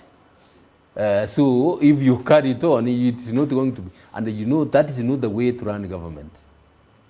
Because, a lot of money has been spent on this project. Then you just shelve it and start another one. That's wastage. That's wastage. If it was not done properly, find a way of completing it so that the money which is already spent is not wasted. Yeah. It's not wasted. Government is not supposed to government is supposed to carry on from where your predecessor left. If he was doing some things wrongly, correct them and carry on. Correct them and carry on. Government doesn't stop so that when whoever comes in now starts on a clean plate. That's not how government is run. And that's where those are the kind of wastage we will deal with to ensure that the taxpayers' money is not lost. Okay. Unless there is something fundamentally wrong with a project that you can't continue with it. Yeah. For example, if it's a building and the structural foundation is not well done, that's when you can have a justification for not going on with it. Okay. Yeah. Okay. You launched your party. Yes. UGM. Why not join already the existing parties that have already been there for a minute and have gained traction and have people? Yes. Why start yours? No, I didn't start it. It was this already. It has been in existence for quite a while. It's only that it was not launched. No, I didn't launch. I was actually being admitted into membership. Ah, yeah. So it's a party that has been there. It is a party which has been there. So you're just a member there? I'm a member. I'm now one of the leaders. Or you're now one of the party leaders? Yes. Okay. So tell me about United Green Movement. United Green Movement is a party which is founded on the values of the Constitution. Okay. Rule of law comes topmost in a United Green Movement. The environment itself is given primacy. Okay. Because you know what is happening with climate change. Yeah. We have seen it. We have seen it even in our own country. There are some places which were used to be very cold. They are now very hot. Yeah. I grew up in Kisii. Kisii used to be very cold. It is now hot because the forest cover has all been depleted. Okay. And the way we are going, you have seen floods. Floods when we have heavy rains. Yeah, the kind of devastation we get. We had it in was it in Marakwet? Yeah, also landslides. It's a landslides. Yeah. All those are coming as a result of poor conservation. Of course, the population has grown, and because we have not kept the the forest cover, that is creating a problem. Okay. So the party takes that into serious consideration. Okay. But as I said, it's a party which has values that are aligned to mine. Okay. Does your party know And you know, I mean, one other thing I like about the party is especially the nomination process. The nomination process is done democratically. The applicants those who want to be nominated to aspire for positions, there is a nomination board which will consider the applicants and make a decision. It is not a one-man show. Okay. No. Since your party is environment oriented, do they know that cutting of trees have been re-implemented? Yes, the logging. Yes. The logging, you know, some things, you know, sometimes they surprise you. Yeah. We are planting how many million trees did we? The vision was how many trees before? It was 2030. Tree planting vision 2030 Kenya. It was we were to increase our tree cover by 10%. That's 15 billion trees. 15 billion trees. 2032. Yes. By 2032. Yeah. Yes. Before we have even done a very, very small fraction of that, we are already logging. Si tunatoa jam. We are already logging. You know, Obinna, some of that may mean, if you go to how it is being implemented, that's when you know that this is devastation. Yeah. This is devastation. The whole process is meant. I mean, the president didn't make that order out of the blues. We should be serious about some of the things that we are doing. Okay. Yeah. Okay. Also, how many people did he consult, for example? He didn't consult the conservationists. You just come with a roadshow declaration, and the following day, there is logging going on. Watu wameanza kuzichop. And also, I think the order stop in importing of furniture. Importation of furniture. Pia ni kama kasema hiyo pia inataka ipunguzwe. Because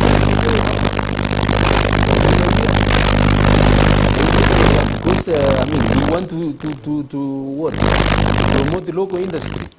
Some of the furniture kidogo tu wasema sauti imekatika. Which song? Mine is on. Okay. The battery is still there. Oh, sorry. And then move that one up. Naeka chini sana.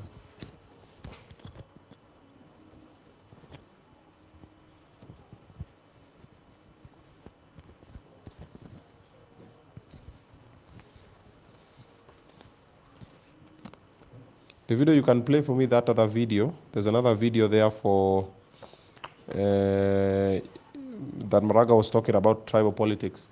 Nick, have you checked the battery if it's still there on this one? Yeah?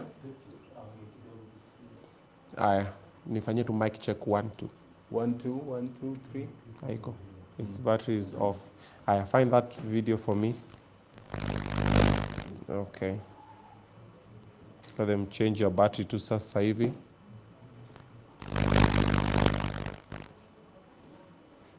Oh, okay. The video, you found it?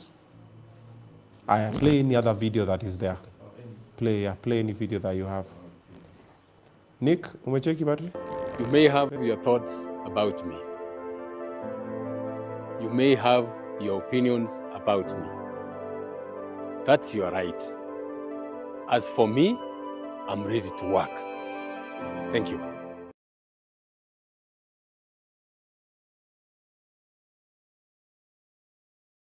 You may have your thoughts. From MCAs to parliamentary and even Senate. Marvin, this gentleman here, this young man here, is going to contest the Kimilili seat, parliamentary seat. I have been to his home.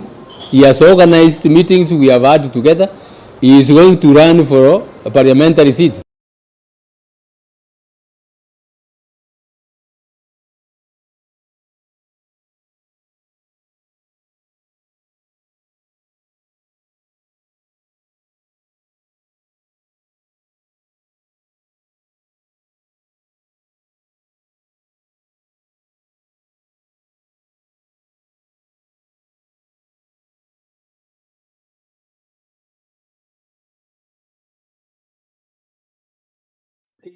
You are too aware that in a country like ours, where politics has been centering around ethnic mobilization and sharing tribal arithmetics, a particular tribal leader or a leader is bringing is championing his community, and the other one brings his community so that they form coalitions of ethnicity.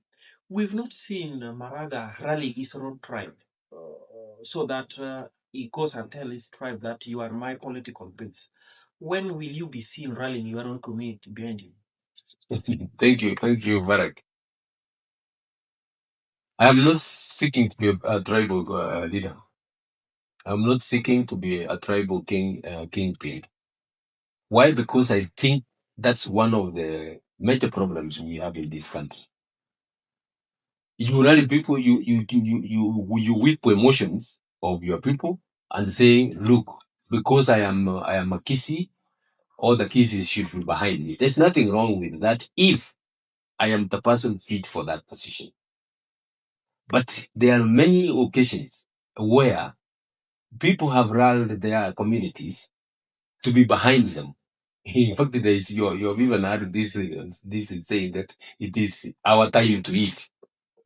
People see themselves that if our person is going to be there, we are going to have undue advantages over positions in government, over resources, over things like even procurement. So those are the kind of emotions that are being whipped up, and as a result, we have serious challenges in the country. You get wrong people being elected to office as a result of tribal balkanization. You say let this tribe coalesce with this one, and we get this leader. You end up with the wrong people in leadership positions. I am going to talk to Kisis like I talk to all the Kenyans. Look at my record. Evaluate me, and vote on that basis. What do I bring to the table, and evaluate me on that basis.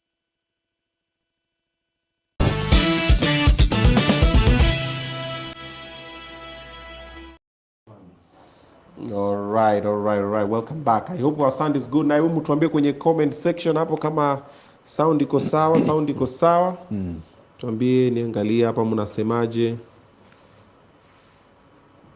Tuambie kama sound iko fiti.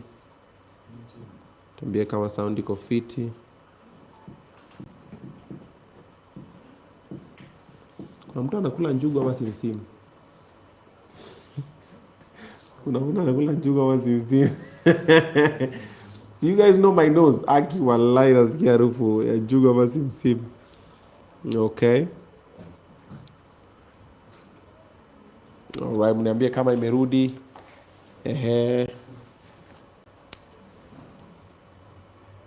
Kwani live yetu iko nyuma aje?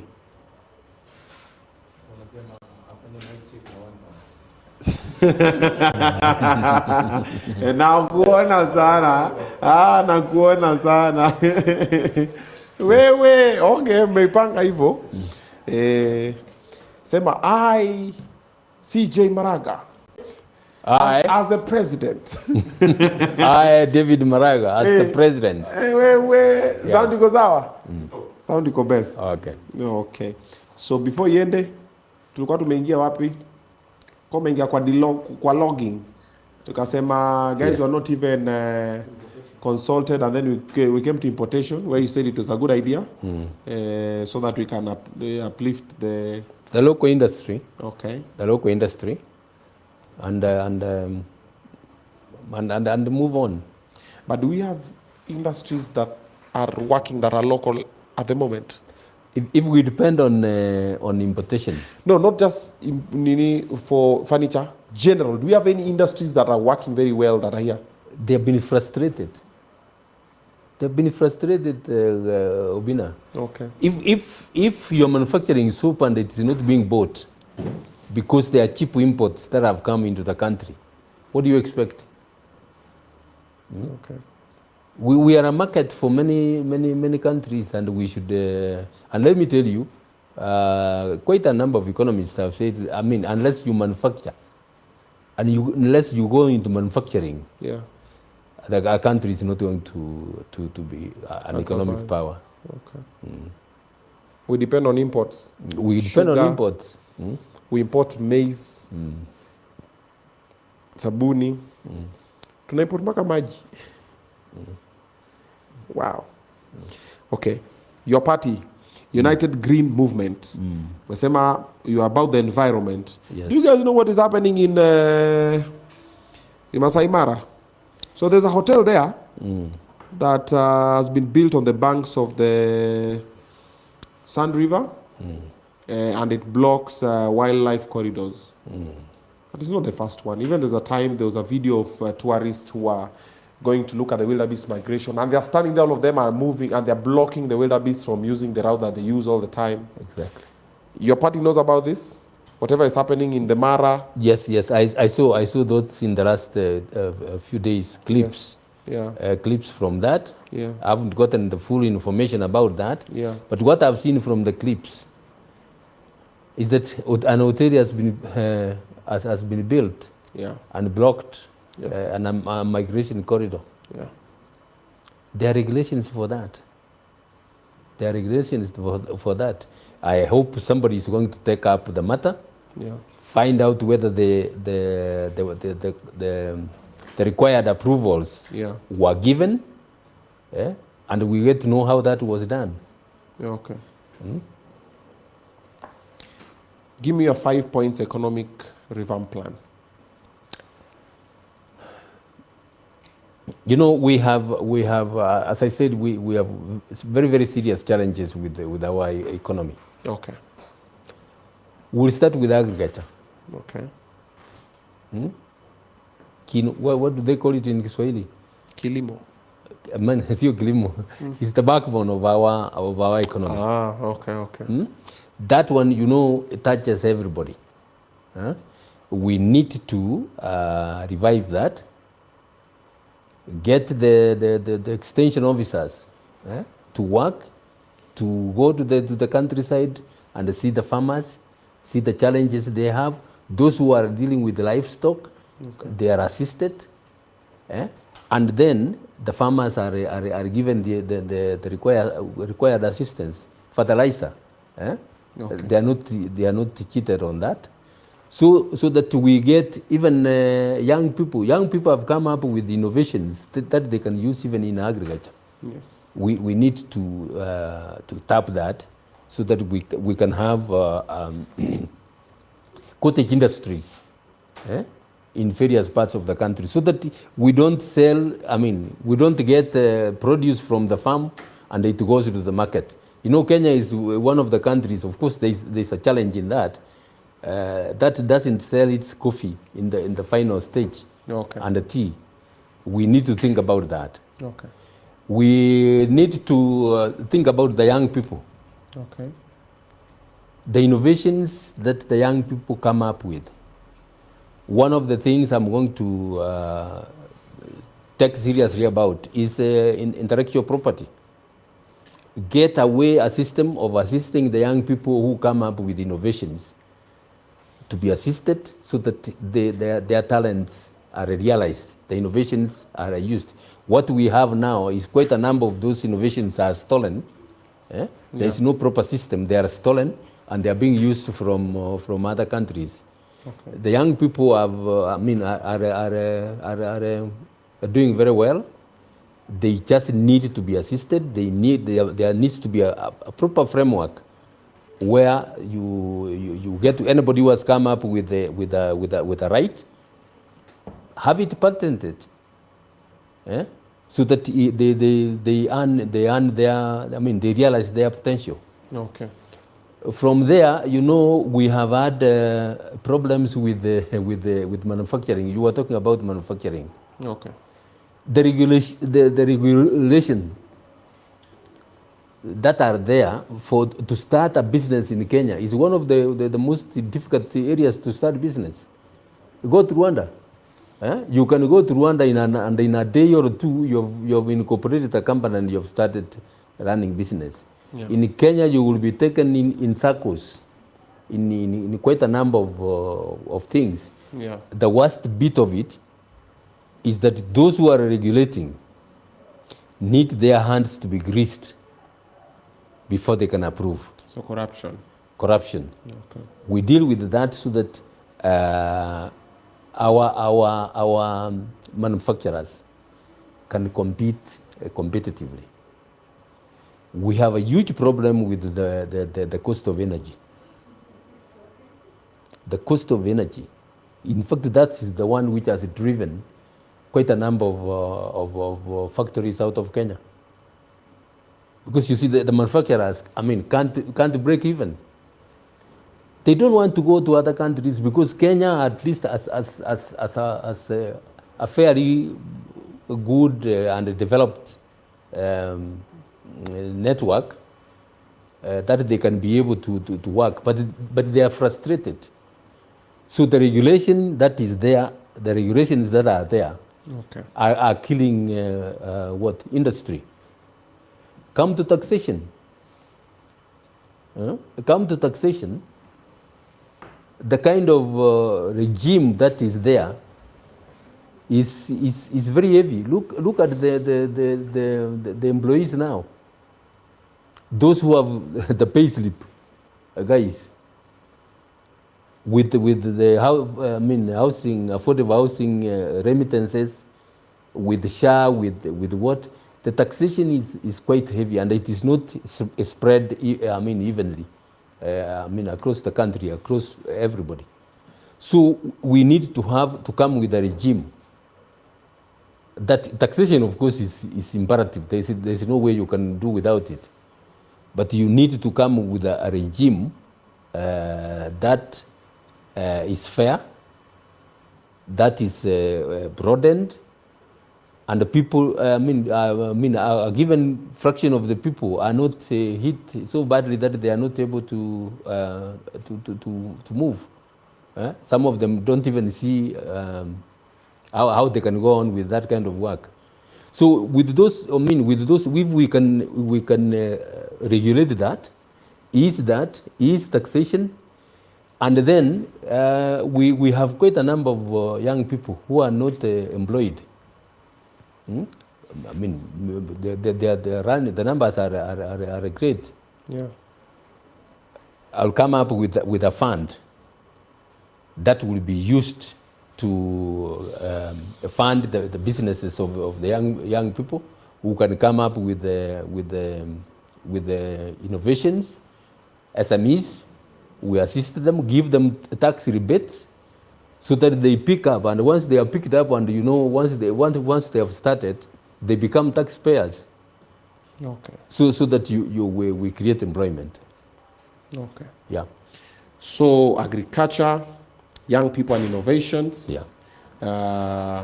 Regulations. Yeah. Manufacturing. Yes. Taxation. Yeah. And this unemployment fund. Okay. So this is just like a hustler fund. Yeah, unemployment fund. Am I also come a hustler fund? Well, it will not be run. Young people to open businesses. The hustler fund. See, it was to empower young people to open businesses. So it's more or less the same thing. Not the way this one is being run. Okay. Yeah. Hii inakimbizwa zivenye zi vizuri. Okay. Alrighty, so there you have it from Maraga the 6th, if I may. As we are going to wrap up, now I want us to talk about kidogo 2 other things. One, Tanzania. You saw the elections. As a judge, as a chief justice, what do you think about it? Tanzania is an interesting case. Yeah. First of all, their law does not allow challenging election petitions. I mean, election itself. Yeah. The constitution. I mean, but who came up with that law? Like they were not. That's, we have gone to conferences and asked the Tanzanians, and the Tanzanians say, tuko sawa. So they never saw something like this happening. I don't know whether they saw something like this coming, and it's extremely, extremely unfortunate. Yeah. We are told quite a number of people died. The first thing they should do is and I know their constitution is under process. The first thing they should change is to get the provisions for challenging results. Yeah. You can't give authority to the election board and they expect it to, whatever mistakes they make, nobody questions them. That's not democracy, and it's a very bad thing. And of course, you remember I went to Tanzania. I went in support of Tinuluso. Is not being allowed to contest. That is what has brought Tanzania to where it is. Because the opposition candidates were not allowed to contest. Frivolous cases were brought against them to keep them in custody so that they don't go, they don't come up and contest. So those are the kind of challenges. And of course, a lot has been said. Quite a number of Kenyans were affected there. I remember a few who died. That is something we should not encourage, and we should, as a community, East African community, that is something we should condemn and change. Whether it is happening in Kenya, whether it is happening in Uganda, anything wrong with that? We want free and fair elections to be there in the surrounding countries. As you know, if there is a problem in one country, it naturally affects the other countries. That's true. Yeah. Uganda, they want Indian Ocean. You as the president, what you gonna do about it? Museveni has said, there's no way you can just have a whole Indian Ocean to yourself. Yeah, you're having it to yourself. And as we are boxed in, we don't have access to salty water. The only way we can do that, if we put salt in our water, in the Lake Victoria that we own, is too big. So we want access to the beach, because sometimes we want to go and also swim, bask in the sun, and Kenya is being very selfish. President Maraga, I want part of the beach. That, of course, can't be allowed. You know, the sovereignty of state. Sovereignty of state. You know, inevitably, some countries are going to be landlocked. If you begin saying that look at the African continent, and say everybody has to have access to the beach. I don't know. We will have to we will have to change the whole map. Change the whole map. And boundaries. And boundaries. And there'll be war. Total war. It is total anarchy. I don't think. If Uganda is unhappy with the way some things are happening in Kenya, with the way, say, importation to Uganda, the imports are being handled, let those issues be addressed. But to Tanzania. But to say that, I saw immediately that statement was made. I saw somebody came up with some sketch cutting southern Kenya and a bit of northern Tanzania to make a corridor for Uganda. That kind of thing. So you know what that will mean. Okay. Yeah. No. I think, I mean, it's a question if they are unhappy about the way their goods are going through Kenya. Yeah. They have every reason to complain. Okay. And that should be addressed. Okay. That is a point, I mean, as a country, you should take up very, very seriously, because you want to trade with these people. Yeah. Make sure that, that there are no impediments to the movement of cargo, for example. Okay. Yeah. There are rumors that General Muhoozi wants to colonize Kenya. Those are daydreamers. I mean, they some of those are daydreamers. They can't do anything. That's talk. Okay. Who's your running mate? I haven't come to that yet. Come on, man. Exclusive. On Obinna Show live. Yeah, no. We will. That's something we will consider. Okay. With my party and my friends. Yeah. And so mjamua bado. Bado. Okay. Kenya is run so much with tribal politics, and then the video that we played, you had spoken also about it, and also that apparently for someone to win the presidency, there are some factors that must be at play. The Murima factor, this, nini. Then also normally when it gets to time for voting, most Kenyans always go back to mtu wetu. What do you think about this, and how are you going to navigate those murky waters? That's a good question, Obinna. And I want to make an appeal to our people. Okay. Saying Maraga is a Kisii, so all the Kisiis should vote for Maraga, it's not the right way to go. It's not the right way to go, and that is what is creating the problems we have. Yeah. Look at somebody, I mean, look at, angalia sera za mtu. Analeta nini? Anaenda kufanyia Kenya nini? If we continue with the ethnic balkanization, I can assure you that this country is not going to move. We are going to, because of the numbers, or because you are able to get coalitions from other ethnic groups, you're going to get wrong people who are not going to assist the country. Okay. Who are going to assist the country. Now, I mean, it's mtu yetu. You don't care at all about the kind of leadership, program he's coming with. Yeah. You don't care about the kind of vision he has for the country, and as a result, we have the problems. And it's not only in Kenya. I mean, in Kenya, you should actually lead in East Africa, especially. Okay. By moving away from that. I am not campaigning on a tribal ticket. Okay. If that were the case, I would not even dare start, because my communities, I mean, the voters are they can't get even to 2 million, so that can't take me to State House.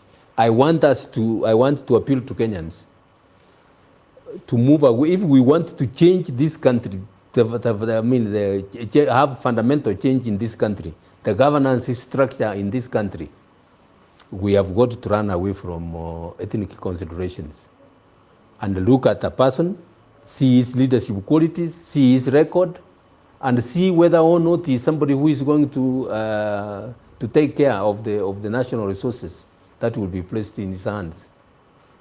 Okay. Address the issues that are bedeviling the nation. Okay. Yeah. We did a poll, Davido. We can put the results of the poll on the screen. If elections were to be held today, who would you vote for, Maraga or Ruto?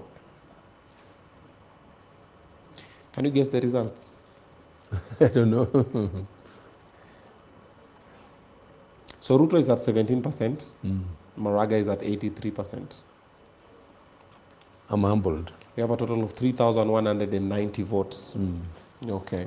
Thank you. So the 3,000 people, about 80% of them think you would do a better job.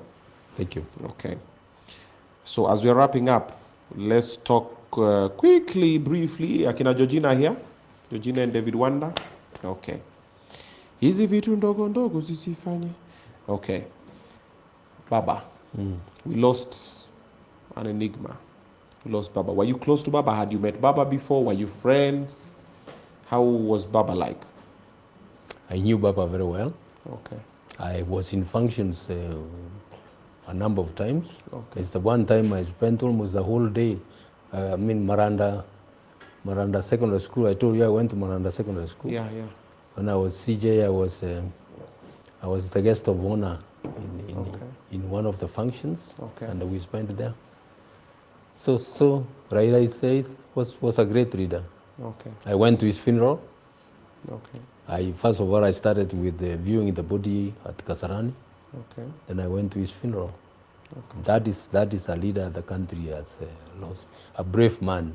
Okay. Yeah. Do you think we'll ever get someone like him? You can't rule out. I mean, Kenyans are there, people will come. Yeah. It's a question of whether or not, I mean, you know, Raila had something unique about him. Yeah. The bravery. The man, give it to him. The man was brave. Yeah. Yeah. The Was man on was. another level. Yeah. He was at a different level. Okay. Yeah. ODM party. Do you see it surviving without him? There's a lot of things going on we can see. Yeah. But you know, everybody is angling. I mean, from what we are seeing in the media. Yeah. Those who are there, they want to see whether they can control it. Okay. I mean, it is anybody's guess whether or not it is going to survive. Okay. But we would want a serious political opposition party. Okay. In the country. Okay. That is how democracy is nurtured. Okay. All right, my final question. Okay, second last final. What happens if you don't win? What happens if I don't win? Yeah, if you don't get the presidency. If I don't get the president, I accept the verdict of the Kenyan people. Yeah. Then we'll go back to retirement. I go back to retirement. I would continue with whatever I was doing before retirement. Now before running for president. Yeah. Na unawachana na kuvai kabisa. Asiyekubali kushindwa sio mshindani. Okay. Yeah. Let's have a clean election. Okay. A cleaner, fair election. Okay. And I mean, it is done, and we are satisfied everything has been done. Okay. And I have lost. I will be the first one to congratulate the winner. Okay. Yeah. Your ideologies seem to align with those of Wanjigi. Why don't you join them, Wanjigi and Willis, on the Safina party? Story about corruption, story about our debt. Yeah. Why don't I join them? Yes, you join forces. Why don't they join me? Good question. As I told you, yes. I mean, as we move on, yes, those people with the similar ideologies, okay, we are bound to get together. Can align. We are going to align. Okay. And say, look, minor differences here and there. Okay. But as I told you, there are things, I mean, for me, which are irreducible minimums. Okay. Stealing public resources, I'm not with you if you are going to entertain that. Okay. Zero tolerance to corruption and order. Okay. Rule of law, order, I mean, deal with impunity. Then the others, of course, now, we now, I mean, prioritize. Okay. Make sure that our children are in school. Make sure that the sick are taken care of. Okay. And we move on as a country. Okay. Yeah. Final question. Do you believe Kenya's elections are free and fair? The Kenyan people are among the people who vote religiously. Of course, some are discouraged when they don't have a candidate. They don't even go to the polling stations. Yeah. But those who go there, I have seen people queue for several hours. The problem is the management. The management of the election process. Okay. The Kenyan people are very good. They vote. Of course, as I said, There are times when they are discouraged, they don't have a candidate. Quite a number of people have told me, look, Maraga, if you are going to run, then I'm going to vote. Okay. You remember in the last election, there were more than, was it 6 or 8 million people who were registered and didn't go to vote. We are appealing to those ones to come. We are appealing to the young people to register. And anybody else who has not registered, we are appealing. This is a civic duty that we all have to discharge. This time round, let no Kenyans remain behind not to go and vote. The stakes are too high. We cannot afford to have Ruto go on. This country will go down the drain. So I'm appealing to Kenyans to come up in large numbers and vote for me, so that we can change this country fundamentally. Okay. And I can assure you we will change. Okay. Yeah. Final words to your people. Kamera ndio hii. This one right here. Yes. Omba kura. Wakenya wenzangu, na washukuru kwa kuwatch hii video. I mean hii show ya Obinna. Nimejitokesha, naomba kura zenu, na nataka, nimesema hivi hapo mbeleni, mambo mawili kubwa. Iko mambo mingi tutafanya, tutashughulikia elimu, tutashughulikia afya, tutashughulikia uchumi, lakini pahali ya kuanzia ni kwamba tutii sheria. Tutii sheria, hakuna mtu mkubwa. Serikali yanga haitakuwa na mtu mkubwa. Tukifuata hiyo, tuchunge mali yetu. Wizi wa mali yetu, hiyo nitachunga, mniamini na pesa ile ambao amini ile mali ya serikali mtaweka mikononi mwangu, nitaichunga itumike kwa ile njia ambao inatakikana kutumika. Siwezi kukubalia familia yangu, siwezi kukubalia marafiki zangu wafanye biashara na serikali, sababu hiyo ndio shida kubwa. Conflict of interest ndiye imeleta shida kubwa ambayo tuko nayo. Mkinipa hiyo jukumu, I will not let you down. Thank you very much. All right. Thank you for coming. We appreciate. I hope that mmemsikiza mheshimiwa. Nashukuru sana kwa nafasi hiyo Bwana Obinna. Thank you very much for this opportunity. I don't take it for granted. This is great. Yeah. It's an opportunity you have given me to talk to the Kenyans and the world at large. Asante. Because I want to believe that it's not only Kenyans who are watching this show. Yeah. Asante. Thank you. It's an honor to sit down with you. Yeah. Thank you. Pleasure to meet you as well. Thank you. We've picked a couple of things and we've learned a lot. Asante sana. We hope to see you again anytime soon. Pitia anytime hapa ni nyumbani. Okay. Thank you for watching. Comment, like and subscribe if you have not. We are getting to 1 million subscribers before December. And I'm seeing you guys in the next few minutes with David Wanda and of course Georgina. See you in a bit.